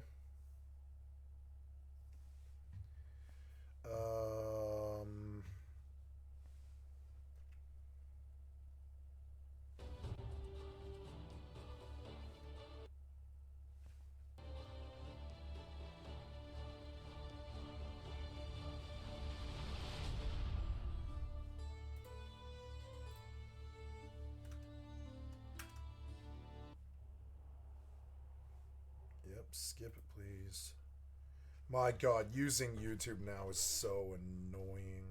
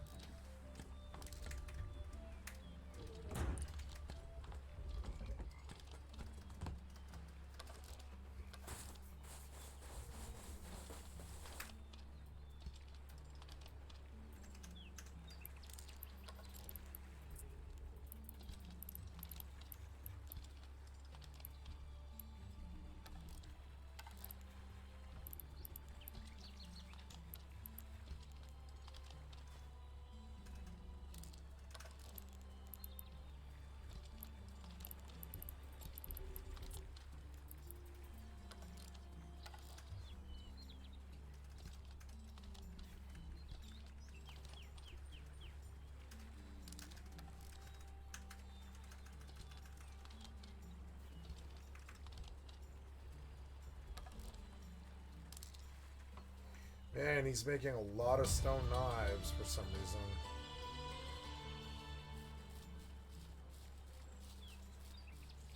Why is he making that many stone knives?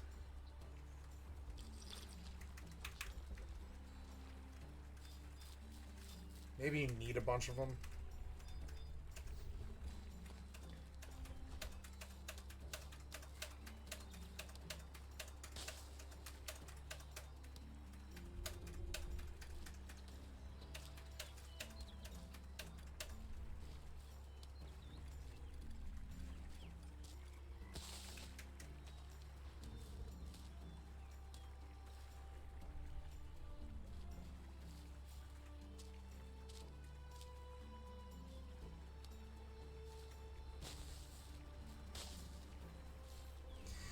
This game looks good enough to buy, and people do seem to like it, and it's on the consoles and stuff. But I think it's single player, and there's no PvP, and it looks like a really basic ass Rust to me. Really, it really does. It looks like a mix of 7 Days to Die and Rust towards the wrong way.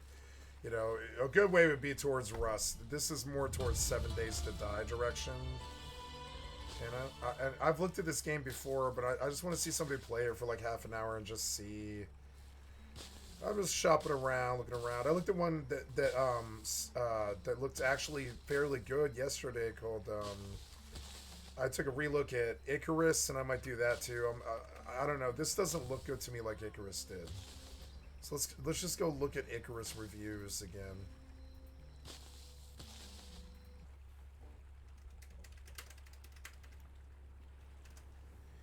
Because it did look intriguing.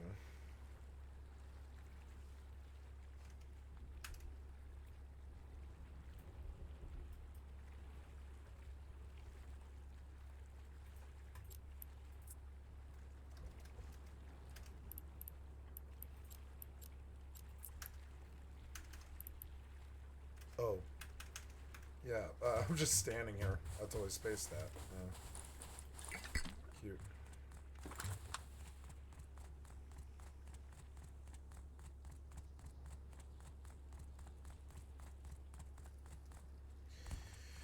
I think I might need to reformat my computer tomorrow. I'm getting serious fucking frame loss. I have to reinstall some clients and stuff, and it's gonna be so annoying. I mean, I don't know. Yeah, I feel like I am like losing performance that I wasn't before. Yeah. I feel like something's going on in the background.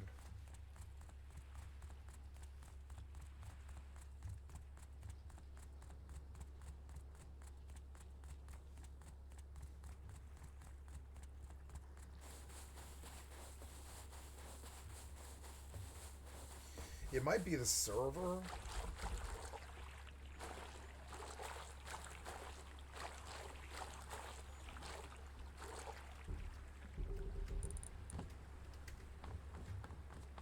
Okay, we got like a fully fueled up, I mean like 500 fueled up tugboat with all the utility that provides.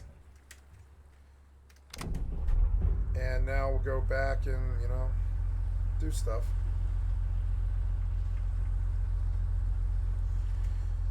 Maybe I'll spend all my scrap on respecking and switch to boat speed so I can drive tugboats fast.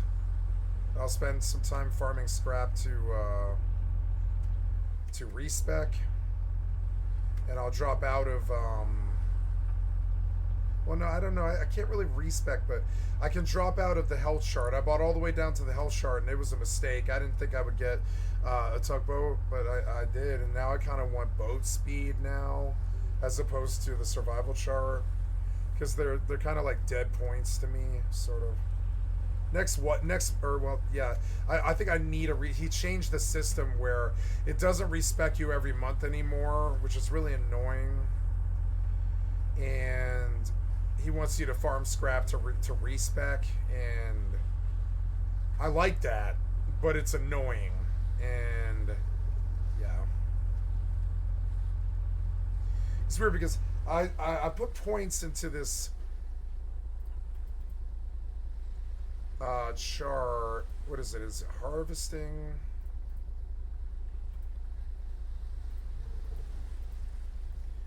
No, it's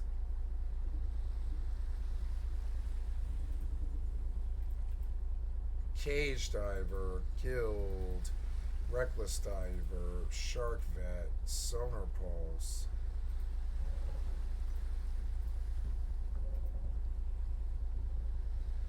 Underwater objects within a 300-meter radius. Oh, you can see the chests. Okay. Nimble fingers. Wow, maybe I should just transfer tugboat and leave the main base up. I don't know. Yeah, and go into the underwater try. How much to respec right now? Oh, $2,940. How much money do I have?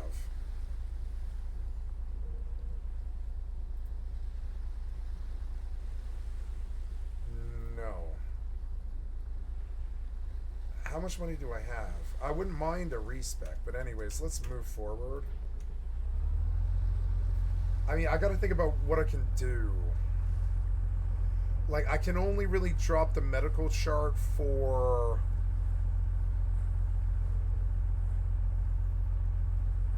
No, I mean, all I really need is boat speed. I could drop the medical chart for boat speed than the vehicle chart. Because that might suit me more, actually. And I guess I will respec. I guess I'll spend all this money that I earn farming crates. I mean, I don't even know if I have enough cash, honestly.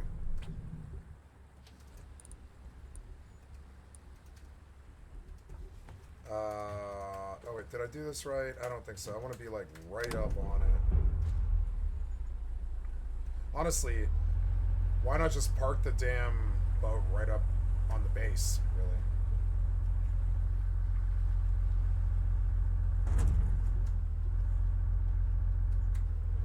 Yep, right up to that motherfucker.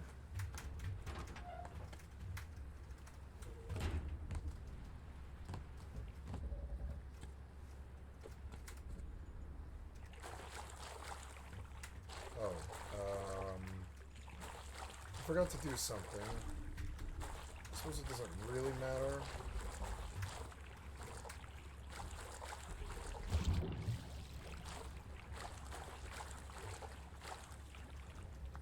I put like 2 boxes by the door. What are you talking about? Oh, right. I am too close to harbor. Son of a bitch. You're so stupid. Alright, let's move the boat again. God damn it. You and your stupid privs and...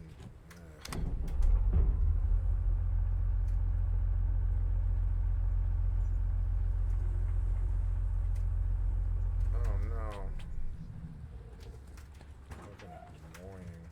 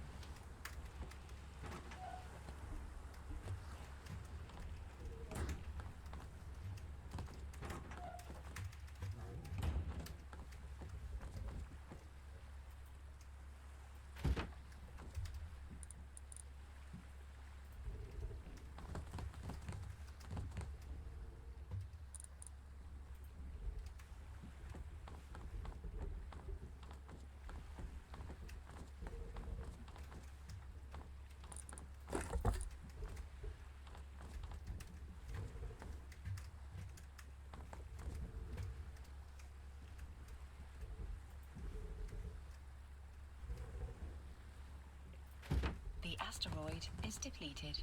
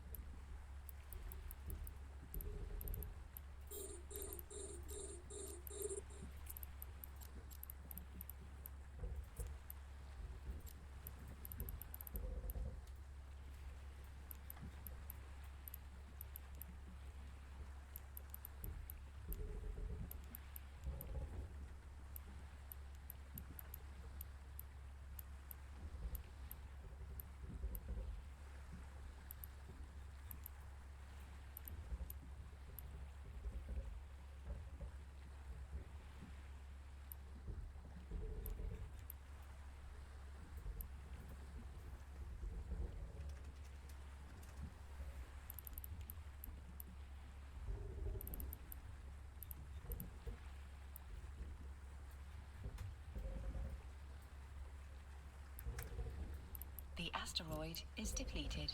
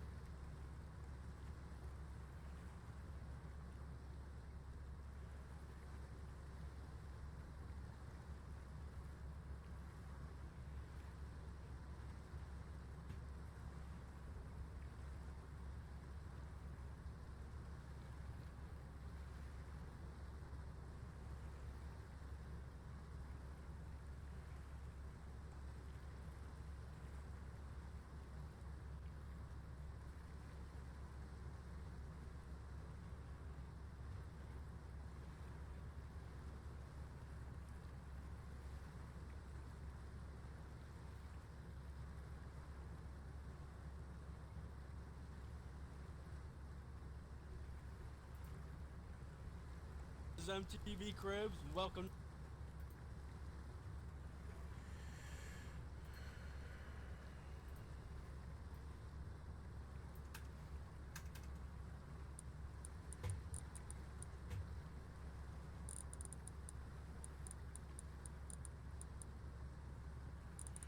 Oh, did I learn it?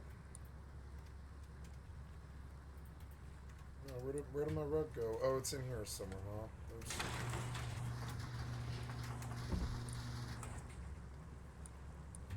Damn it, I need that rug. Where'd I put it?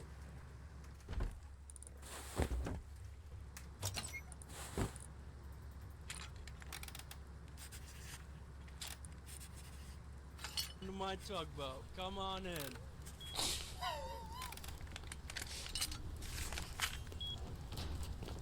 Look at that, got a little funnel system going, got the workbench, man, tier 3, lockers, loaded in here, man, loaded.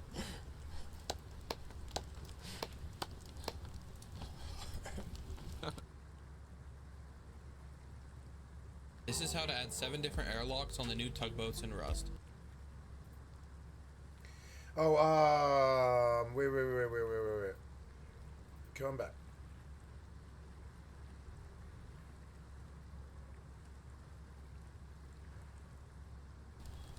Yo, this is MTV Cribs. Welcome to Thank you, Excessive, for the excellent content for my stream. I've liked and subbed to your channel. Okay.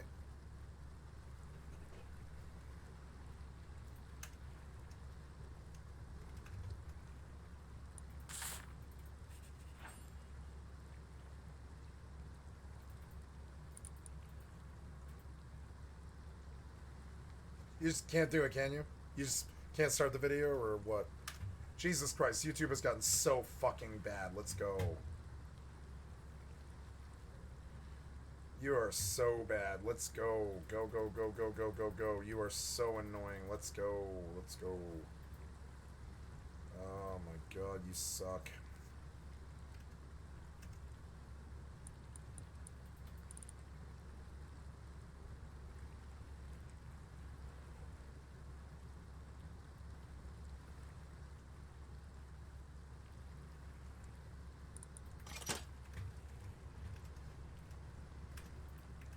You just can't do it, huh? Just reload. Piece of shit. This is how to add 7 different airlocks on the I new noticed that the tugboats in minute that Rust. I hit the reload Once button, you find a tugboat, perfectly make work, sure you authorize which in is the so control room and place annoying. down 3 doors on your boat. You're fucking so dumb. Why are you like this? You weren't like this for a long time. Why are you suddenly like this after This is how to add 7 different airlocks on the new tugboats in Rust. Once you find a tugboat, make sure you authorize in the control room and place down 3 doors on your boat. Level 1 airlocks consist of fridges, furnaces, chippy machines, lockers, and tier 1 workbenches. All level 1 airlocks can be broken by melee weapons, but should give you enough time to spawn in without being fully deeped on.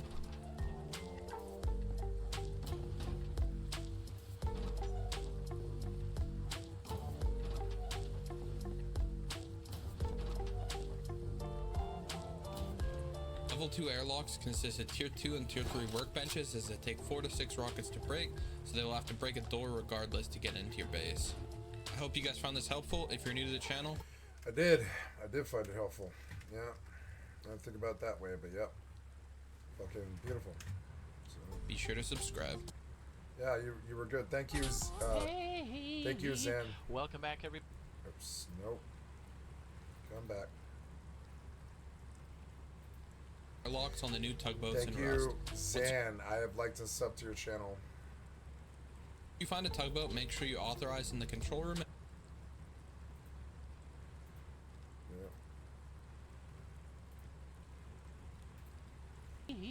Welcome back, everybody. I'm Jade Monkey. Today we are talking about the tugboat guide, tips and tricks for this beautiful machine, how to find this bad boy, how to rate it, what it's good for, what it's not good for, how to create an airlock system to stop would-be pirates, and yes, even an unrateable base. Yes, as recording this, that is actually a thing right now. So we are going over PC Rust, also known as Steam Rust, and as far as consoles concerned, since this is brand new for the PC, we're not quite sure when this is going to come in. We'll let you know when Double 11 does prioritize that, as our year is pretty much locked up with content that we do know is coming in. both horses and custom servers. But onto the tugboats and where to find them. Alright, so it's going to make sense that they do spawn in the harbor, both harbors. So 2 per harbor, so 4 total. As far as degrading, melting down over time, like upkeep, I don't think that really happens. That might change in the future because there's really no way to cycle these unless people actually raid them. But just know that they do appear here, and that's the only place as of right now.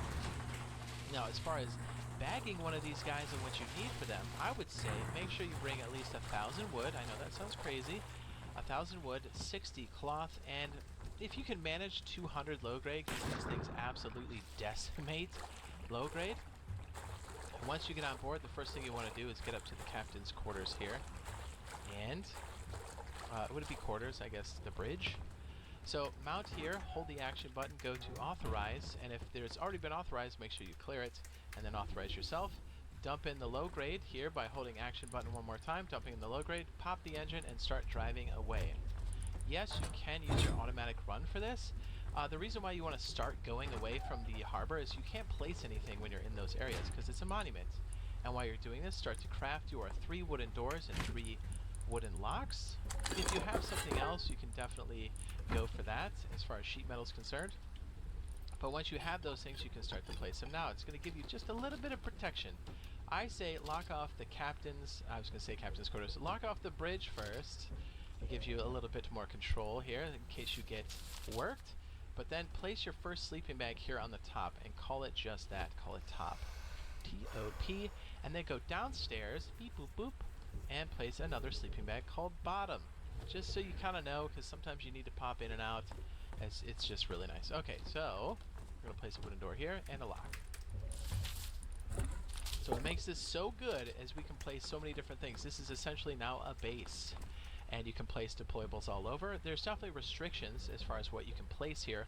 You cannot place any electronics. You can place, the only electronic thing you could is the computer station itself. And yes, you can fly drones. You can also peek on oil rig.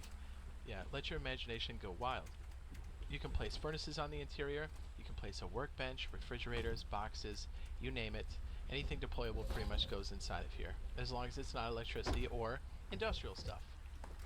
Okay, so let's move onward here. So you might be like, hey, that's great. So how do I get rated? How tough is this thing? So let's go ahead and show you how that works. So let me fly up here. We'll pop in, and we'll head over to our first setup. Let's go. Actually, we can probably just fly over. All right, let's do that. So you might be saying to yourself, hey, the best way to rate is always C4, right? Well, not necessarily. Yes, you can sync this with C4, and it's going to take you 8 C4 to be precise. 8 C4, god damn. Do so. But you'll notice, as we start to wreck this bad boy, you'll start to see the health go down. What is that? 5, 6, 7, and then we'll wait on the last one. See how the health is going down right here? It is 3,000 health, but the reason why it costs so much C4 is I think they want to encourage you to raid the doors, not necessarily sink the boat. And the 8th one here will sink it. The best way to raid it is, again, to pop the doors, but check this out. I'm going to put on some goggles here. When it does go down, it will sink. But here's the thing, it's not completely over. This goes down, but it stays for at least an hour, possibly longer. So you can go inside here and pick up your loot. Your doors still work, your boxes are still locked, they're still on the interior. You're good to go, man. So really, after they sink you, it's not over. Come back and get your loot. Let me turn on my headlamp. There we go. That's a little better. So you can go back inside. If you had doors, you can open it up, grab your loot, you're good to go. So mark on the map when you do get a sunk ship, and then just go after your stuff. There you go. And so you might be saying, okay, so if it's not C4, what's the most efficient way to do this? It is the submarine and torpedoes. It takes 12 torpedoes to sink a ship. But again, you might be saying, hey, it's super easy to raid, right? These the visibility is like super good on these, and they like scoot around. Well, with the update of the water, you can see that visibility has dropped considerably. So it's much harder to actually go and attack a boat or even see where you're going. And I'll show you here in a second. It'll pop up here. If you have torpedoes inside, it is going to take 12. You really have to float to the surface like this to shoot the torpedoes. Then it has to strike. Here's the other thing too. When you're under the water, it's really hard to see where the boat is. Do you see what I mean? I have the light on. So really, you're at a huge disadvantage. And check this out. When I'm moving around, before we finish this off, let me go over here and take off my goggles so it makes a bit more sense. But when this is on, right, you saw a sonar system. Well, that's completely functional. Check it out. As long as somebody's inside of a submarine and it's actively on, oh wow, like this, we're going to detach the camera and head back over. You can see the blip on the radar. So you have a huge advantage. Oops, sorry, we got a bit of waves here. You have a huge advantage to see where they're coming from. And if you just kind of I didn't know that worked. dip, dodge, and weave, you're good to go. And you can also negate any attacks by having a little bit of wood and a little bit of metal fragments, and you can repair the boat. It's like nothing. I think it's 6 wood and 1 metal fragment for each tap. Yeah, that's crazy, right? So it's actually not bad. So a lot of times you want to board this thing and go all Pirates of the Caribbean and start popping doors. Let me go ahead and pop this completely. And it's super hard. Like, if you're even submerged a little bit, it is difficult to hit this. Not gonna lie. So imagine if you're actually driving, you've got your automatic run on, you can actually get outside, you can start to repair the boats, you can dip and weave. But again, if you get sunk like this, it's not the end. It's not the end. You can always go back and recover your loot. All of your stuff is still on board. Let's see, I think I can put this on and I can show you one more time. Then we'll show you a cargo ship example. See, even though this is completely donezo, I can open this door still and grab whatever on the interior. And it lasts for at least an hour. I think it's longer than that, but anyways. So this is exceptional for things like cargo ship and oil rig. Oil rig is pretty obvious because you can use the computer station. To give the commands to a check this out. drone Let me see if I requires can you get a to nice have an example active going target. here. Where is my cargo ship? There it is.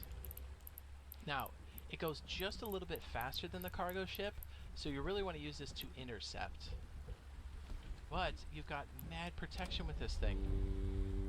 Oh, I didn't know this. You can even have this thing run a little bit with the auto run, like move forward, and you can dismount and jump on top of the cargo ship and use your own boat for respawning purposes. And you can put a locker back there to have kits. You're good to go. Look, to give I've the got these doors commands right to here. a drone requires you to have an active And target. again, if you've got door skins that have holes in them, it's really good because you can see if somebody's outside or not. Look at this. We're pulling right up on this bad boy. Easy mode, dude. Best loot right here. And it won't wreck the boat as of recording this. Just go outside.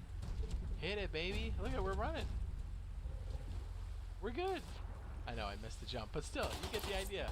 We're completely protected. And if you keep running like this, eventually it will stop and then turn just like a rowboat. But you get the idea. Cargo ship, it's OP.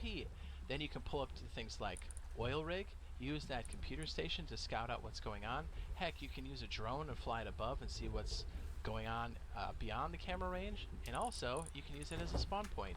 Put yourself a locker down there to respawn. Make some of these barricades on the back to have a nice shooting back position. You're good, man.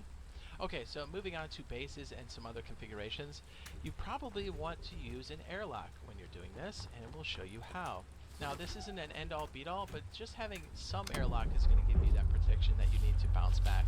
So think about it. If it's only deployables, really what you want is to obstruct an area here where you can stand, and then have something that you can pick up over and over again that's enough to stop people from jumping, but also doesn't take away durability when you pick it up. And the most important thing inside of here is definitely to have a box and a bed on the interior. But think about it, if you're outside here and somebody's out here and they cap you and the door's open, they still can't get through.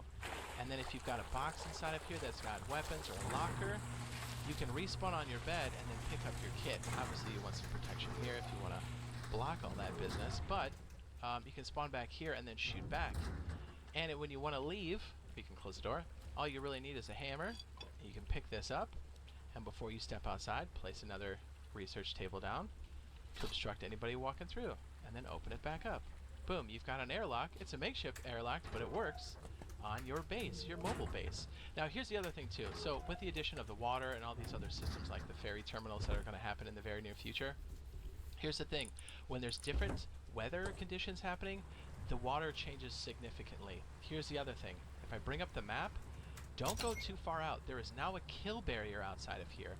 And so when there's storms and stuff, I think it's to prevent people from doing this, from parking boats on the outside. But if you get too close, the water will start pushing it out past the barrier, and then if you spawn there, you're just going to instantly die and sometimes DC from the server.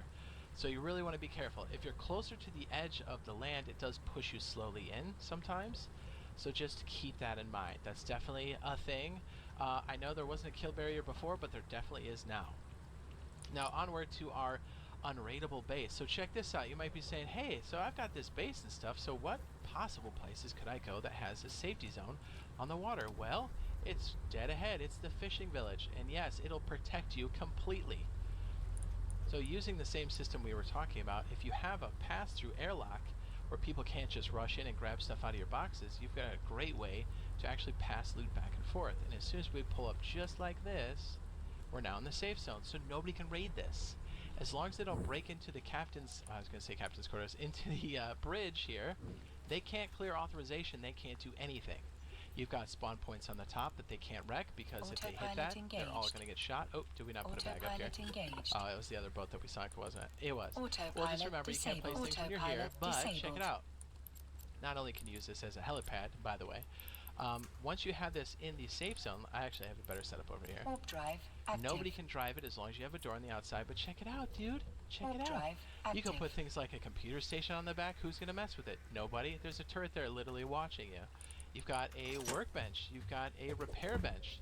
And you're like, that's cool, but how do I get in and out and people not follow me in and grab all my loot? Well, check it out. An unraidable base. Well, first of all, it's in the fishing village, so it's unraidable. But here's how you pass loot. Everything has a lock on the interior, just like the airlock we built before. But here's the thing. You go in here, lean in, and just open the box. Nobody can smash the box because you're in the safe zone. And then if you want to go on the interior, you wreck yourself, spawn on your bed, pick up things like, I don't know, metal, raw metal, and some wood, go over here to your furnaces that nobody can reach, load them up with wood and materials and start cooking. Even if somebody gets inside that door, they can't do anything. They can't wreck the boxes, they can't reach anything on the interior. And then when you go on the outside again, you just wreck yourself and spawn on the top. Do I have a bag on top? I do. So there it is, the unraidable base as it stands right now, and the tugboat guide that's happening right now for PC Rust, and hopefully in the very near future we'll see things like the tugboat on the console version. But check out the meta furnace base on the end screen now if you like a nice furnace base that is this guy really loves this game. It's completely funny. Protected. He has a passion for it. You can tell he went to console too. He probably plays console in the background. It's funny. Oh, my camera got a little bit tilted. So yeah, that was a good guide. Entirely submerged underwater bunker. How? Let's learn.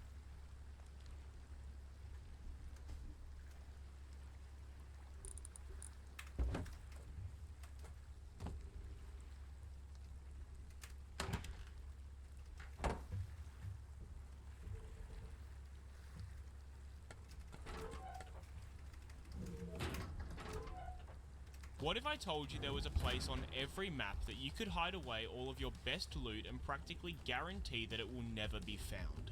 That place... God damn it, you're so annoying. ...is the bottom of the ocean. Think about it. How massive is the wasted space that sits mostly dormant for entire wipes, never to be seen, let alone built on? For this wipe, I took advantage of that space that up until now was wasted, building an absolute tank of a bunker in an inconspicuous location that protects all of my best loot from an offline raid. Admittedly, there's a few potential issues with this method, but everything comes with a risk. Before I get into the details of building this base, we first needed somewhere to live in the meantime. And given that we're planning to live at the bottom of the ocean, let's start by living at the top of the ocean. Tugboats in Rust are rare, but once you have one, you're able to seal it up with your own doors and completely live out of it like it's any other base, except this one moves. I wanted to get my hands on one, but that was gonna be easier said than done. Alright, I need a tugboat. There can only be 4 tugboats at any time on this map, so it's gonna be tough to get one. They've spawned at the harbours though, so we've got to head down there and see if we can find one. After making my way down to the nearest harbour and having no luck with the tugboat spawn there, I ran a few more grids to the only other harbour, but to no avail once again. This meant that currently all 4 possible tugboats were out somewhere in the map being... I kind of want to try and do a tugboat wipe on a solo weekly next wipe, which is a while. It's like another 3 weeks or something. But I believe I will do a solo weekly wipe and on top of the Rust zombie server next month, because I want to try this unrateable base thing in the fishing safe zone, and on a really busy weekly. And it would require, you know, it's like, and I'll get every month. I'll like right as the wipe hits, I'll go to a very popular solo modded, probably 2x, right? Solo duo trio, right? And just run straight for the fucking harbor the minute I get in. And I'm sure that's a really popular strategy, but maybe you can get a pop like right. I just suicide trying to get a fucking harbor pop, and on the way over, I'm like, you know, I'm gathering cloth and I'm getting like, you know, road loot hopefully, and then I get to the fucking harbor, I boil whatever, I knock a tree, I boil the fuel, and I just take the tugboat out to some dead place where I chop enough trees. To get in the tugboat, all I need is enough wood to make 3 small doors and 3 locks, and then moving the tugboat around is really expensive, so I don't know how I would do that. I don't know how you would get the fuel to do the tugboat. You'd have to be very fast. Like, I think a valid strategy would be to run the road to outposts, buy fuel, exit outposts somehow and not die, and just run the fuel directly at the, you wouldn't even really have time to, like, I don't know, it seems kind of hard. I guess what you would do is you would run straight to harbor, right? People don't always go to harbor. You would just run straight to harbor. You would knock a couple of trees on the way. You would, in any red barrels that you saw, and pretty much only red barrels, and then you would go to boil the crew to get the 100 fuel or so to get out of there, and pray that you're at the harbor first and that you're boiling the crew first. But on a busy weekly, it's probably unlikely, you know? There's probably so many people trying that exact strategy. So I mean, like, it's kind of crazy. But it makes harbor kind of interesting on wipe day. I want to try on a busy weekly where it's really fucking busy. Park the unrateable base, right? Which, and all that takes is like a T1. All it takes is a T1 to pretty much make it an unrateable base. See, it's like it's an airlock. They can even if they kill me right here, they'd have to bash, and all I have to do is put he's right about it. Two bags up and down. I like this guy's smart. So and then.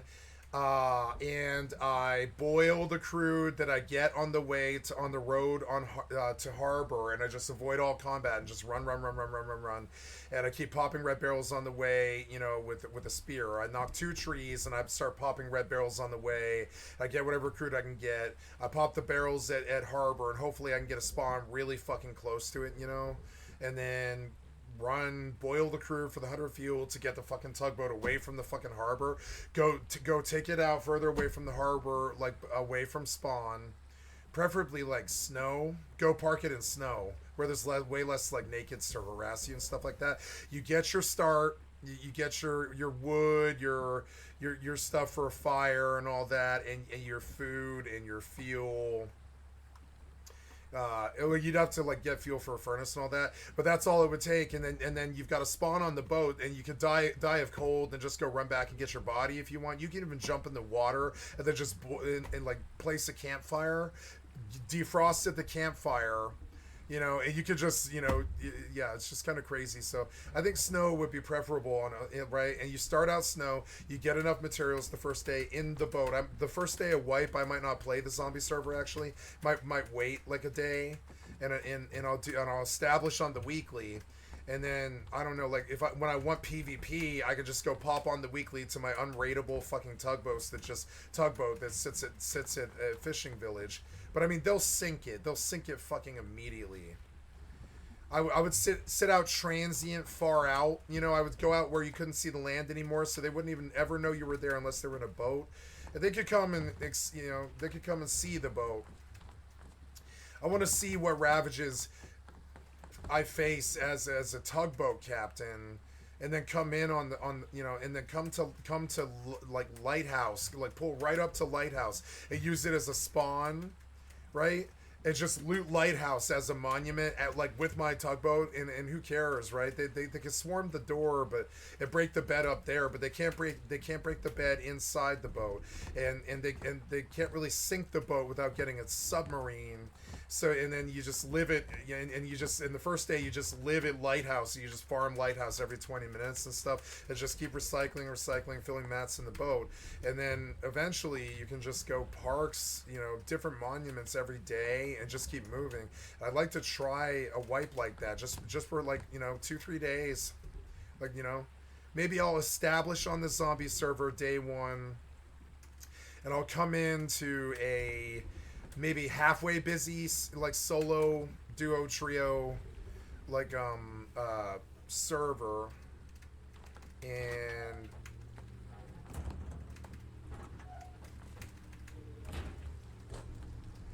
see if I can, like, get both the PvE life of living on the zombie server unharassed, you know, like this, and the PvP life of like parking in fishing village, and then just farming the road out of fishing village and killing all the people there with your unrateable fishing base, and using that as like an RP thing.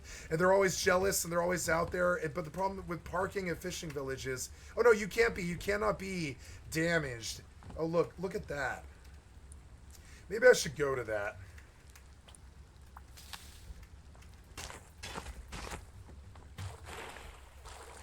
I was gonna abandon this base, but I think I'm just gonna leave it, because it's actually not that bad of, like, a footprint. If my main gets raided by that dude that lives by me, which is a viable thing that could happen, unless they're like a friend or something. Oh, I don't have a tool, which, well, I mean, I don't care. I don't need a tool. How far is that? I don't know. It seems pretty far, but I'll run to it. I'll put this back for now so I can see. I'm gonna, oh, I'm here, am I? Yeah, where am I? I'm in Elanaya still? Why am I in Elanaya still? Oh, yeah, never mind, that's why, this one. So, in here is a bunch of compressed glaze. I want to go home, which is locations, home. We'll fire her off now and have her depart. I kind of feel like I'm running like a dual fleet of just 2 ships. And it's actually so RP and fun. Like, I'm like, okay, I sent this ship out there, and it is actually kind of fun. It's fun. So, yeah, and then we just autopilot out. Autopilot engaged. Okay, so, yeah, well, I gotta move. I gotta move that direction this whole time, or I'm not gonna make it. So then, I want you to continue to make copper. Oh, good. New day's coming up.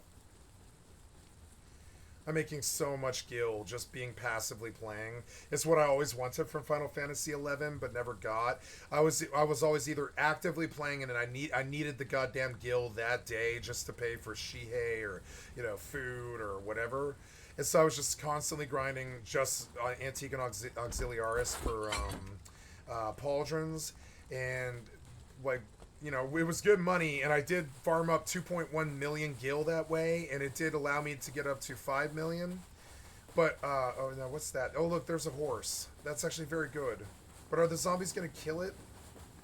I think that pack of zombies is involved. Oh, no, somebody is running excavator, maybe. I don't know, I can't tell. Can he? Oh, man, that's actually rather far. I don't know if I want to go to this. We'll see.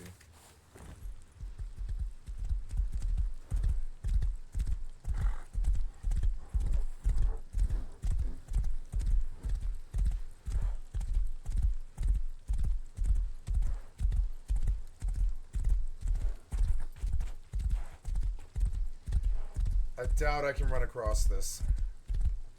Is it excavator? It's not. It's an actual airdrop. And I want like a pump shotgun or even a python. So I'm gonna go, you know, I'm gonna go see if I can get a T2 weapon. Oh look, the cargo's here. Might be fun to siege the, well no, I don't want to bring my boat where it can run it over or something, but yeah, it might be fun. Well, I don't have a laptop though. But good loot drops out of those smaller Autopilot crates. jumping. Could get a gun that way. I did get a python last time. But I'm not really prepped to go do that. I'm in the middle of an operation. I shouldn't have gone to do this. Warping to Stargate. Warp drive active. If I die to something, it'll be really fucking bad. I'll have to run and all that for like half an hour. So I have to be very careful here. Now that seems odd. What the fuck is that? What is that? There's no way this is just sitting here. Oh my god, look at this. Well, no, you are now at 2 out of 5. Wait, you can do 2. Wait, you can do 5 bags now. I didn't know that. You can do 5 bags now. I didn't know that. I didn't know that. Well, here then. Yeah, I wanna make bed. I wanna take his bed. Yeah, you're now 3 out of 5 bags. Okay, well, so tell me that the parts are in it. Tell me that the parts are in it. Is he running excavator right now? He is. No, he took the parts with him, I think. Son of a bitch. Are they here?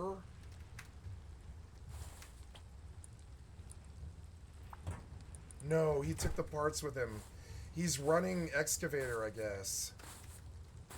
Approaching Stargate. Well, okay, never mind. I learned and I'm leaving. Bye. I mean, it was not really much loot, but it was something. It was better than nothing. Wait, I don't know. Was it an airdrop or was it a See, it sucked. I saw the car. No, it's a mobile spawn at excavator for when he runs to his base. He can just well, I don't know. Oh yeah, he is running it. He is running it. Run. Oh god, run. That was him. Go. Bye.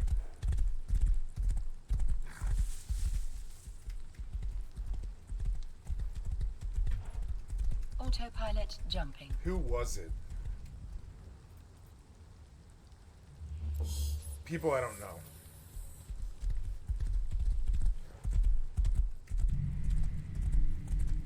Warping to Stargate. Warp drive active. It's annoying that he took the car parts. I could just come back and steal that truck. That would be really cool. I didn't know they changed it. I had no idea they changed this at all.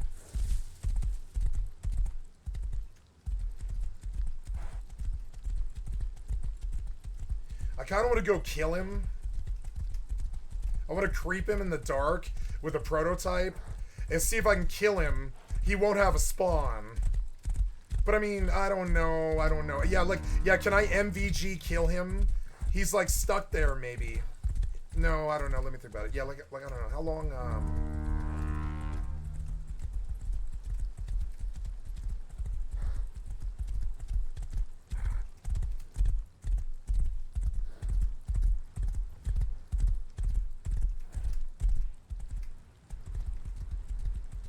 Approaching Stargate. I have a spawn in his car, and it's gonna be funny. It's gonna be funny if he parks that thing in a base. It might be really funny. I've gotten some really funny plays that way before. I didn't know he changed it back to 5 bags. I really didn't know.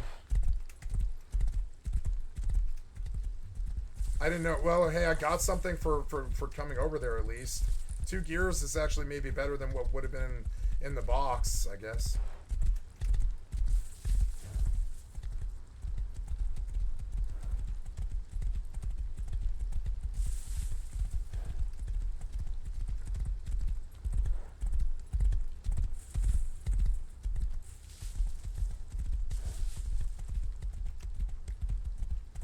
He'll know to clear the beds. When he sees that the box is empty, he'll be like, oh, if he even thinks to check. He might just not even. Autopilot jumping.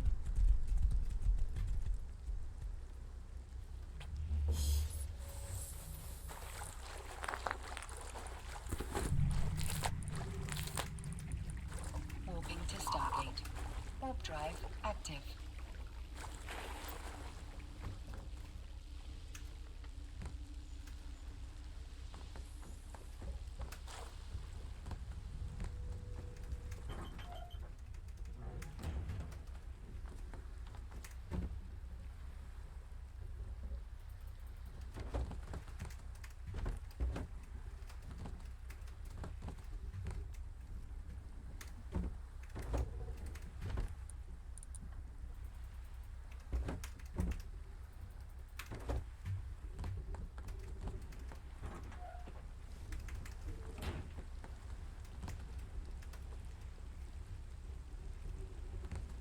I could spawn him and Ayoko waste him.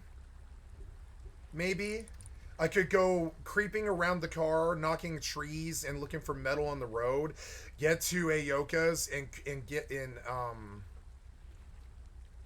and when he comes up to the car, no, I don't know. It's too late. It's too late. But I didn't know I could have more than 5 bags, so I'm gonna lay a bag here. I didn't know I could lay a bag here. I've been walking this whole wipe and he changed the goddamn bags again.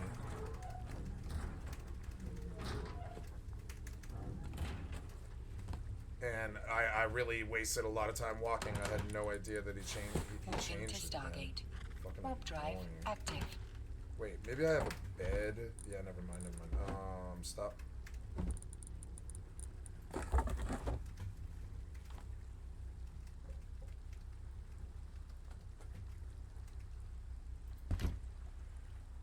You are now you have 0 placements left. Okay, so I guess you get 3 bags now, not 1. You get 3. You have received 5 coins. Okay.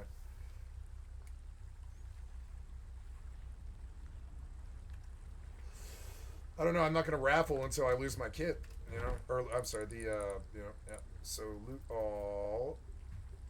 Coolio.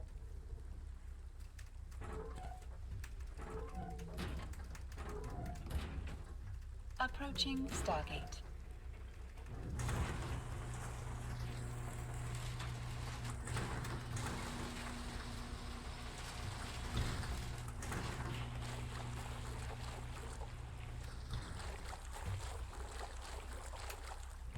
I should go run harbor. Like, really. I really should.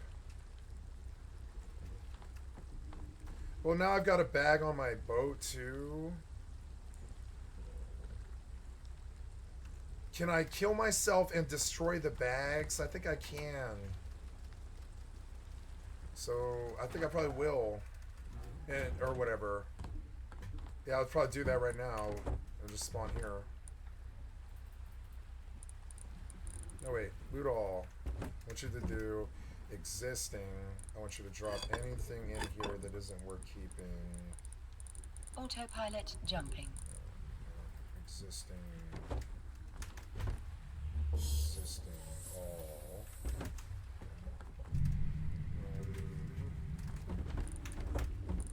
Moving to Stargate. Warp drive active. I need a fridge in here.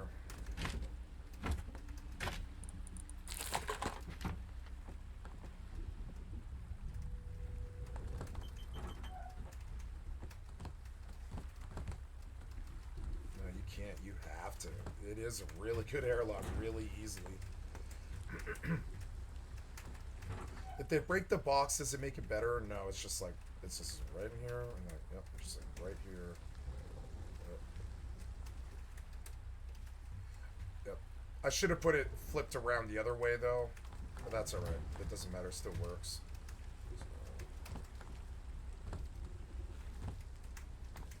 I really wish you could put large planters on the inside the boat. I think that would be awesome.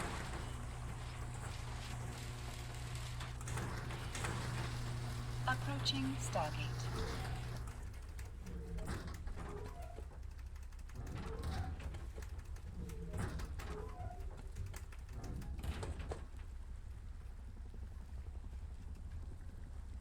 Patrol's out.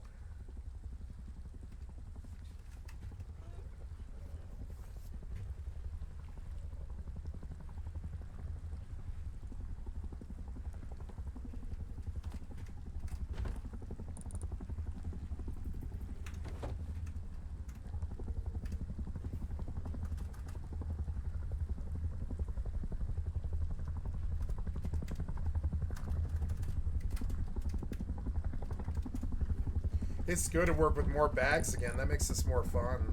Autopilot jumping.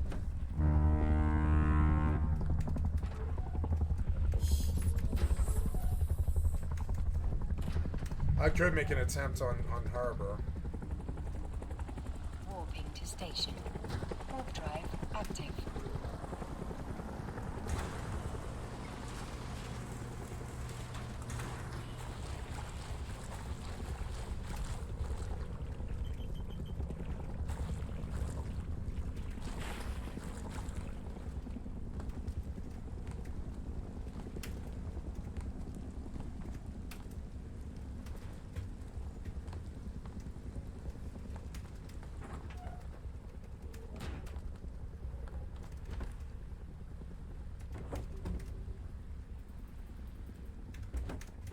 Approaching station.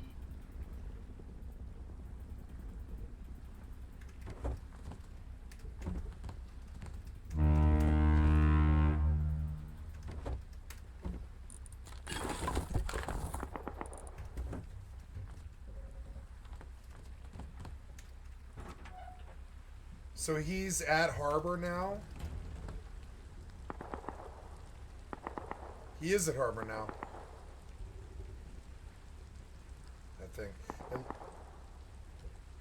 unless they're shooting at zombies?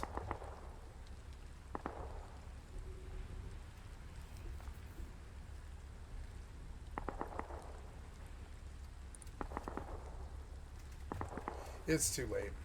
It's alright, I was doing something else. Docking request accepted.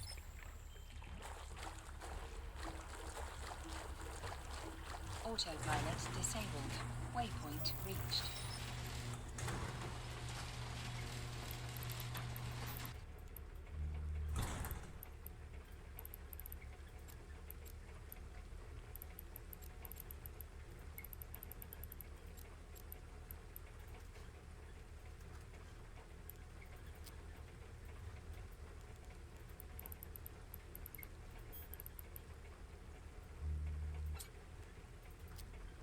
Wait, I'm still in Illinois.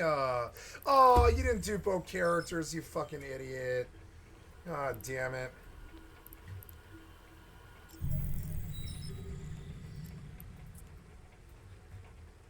Warp drive active.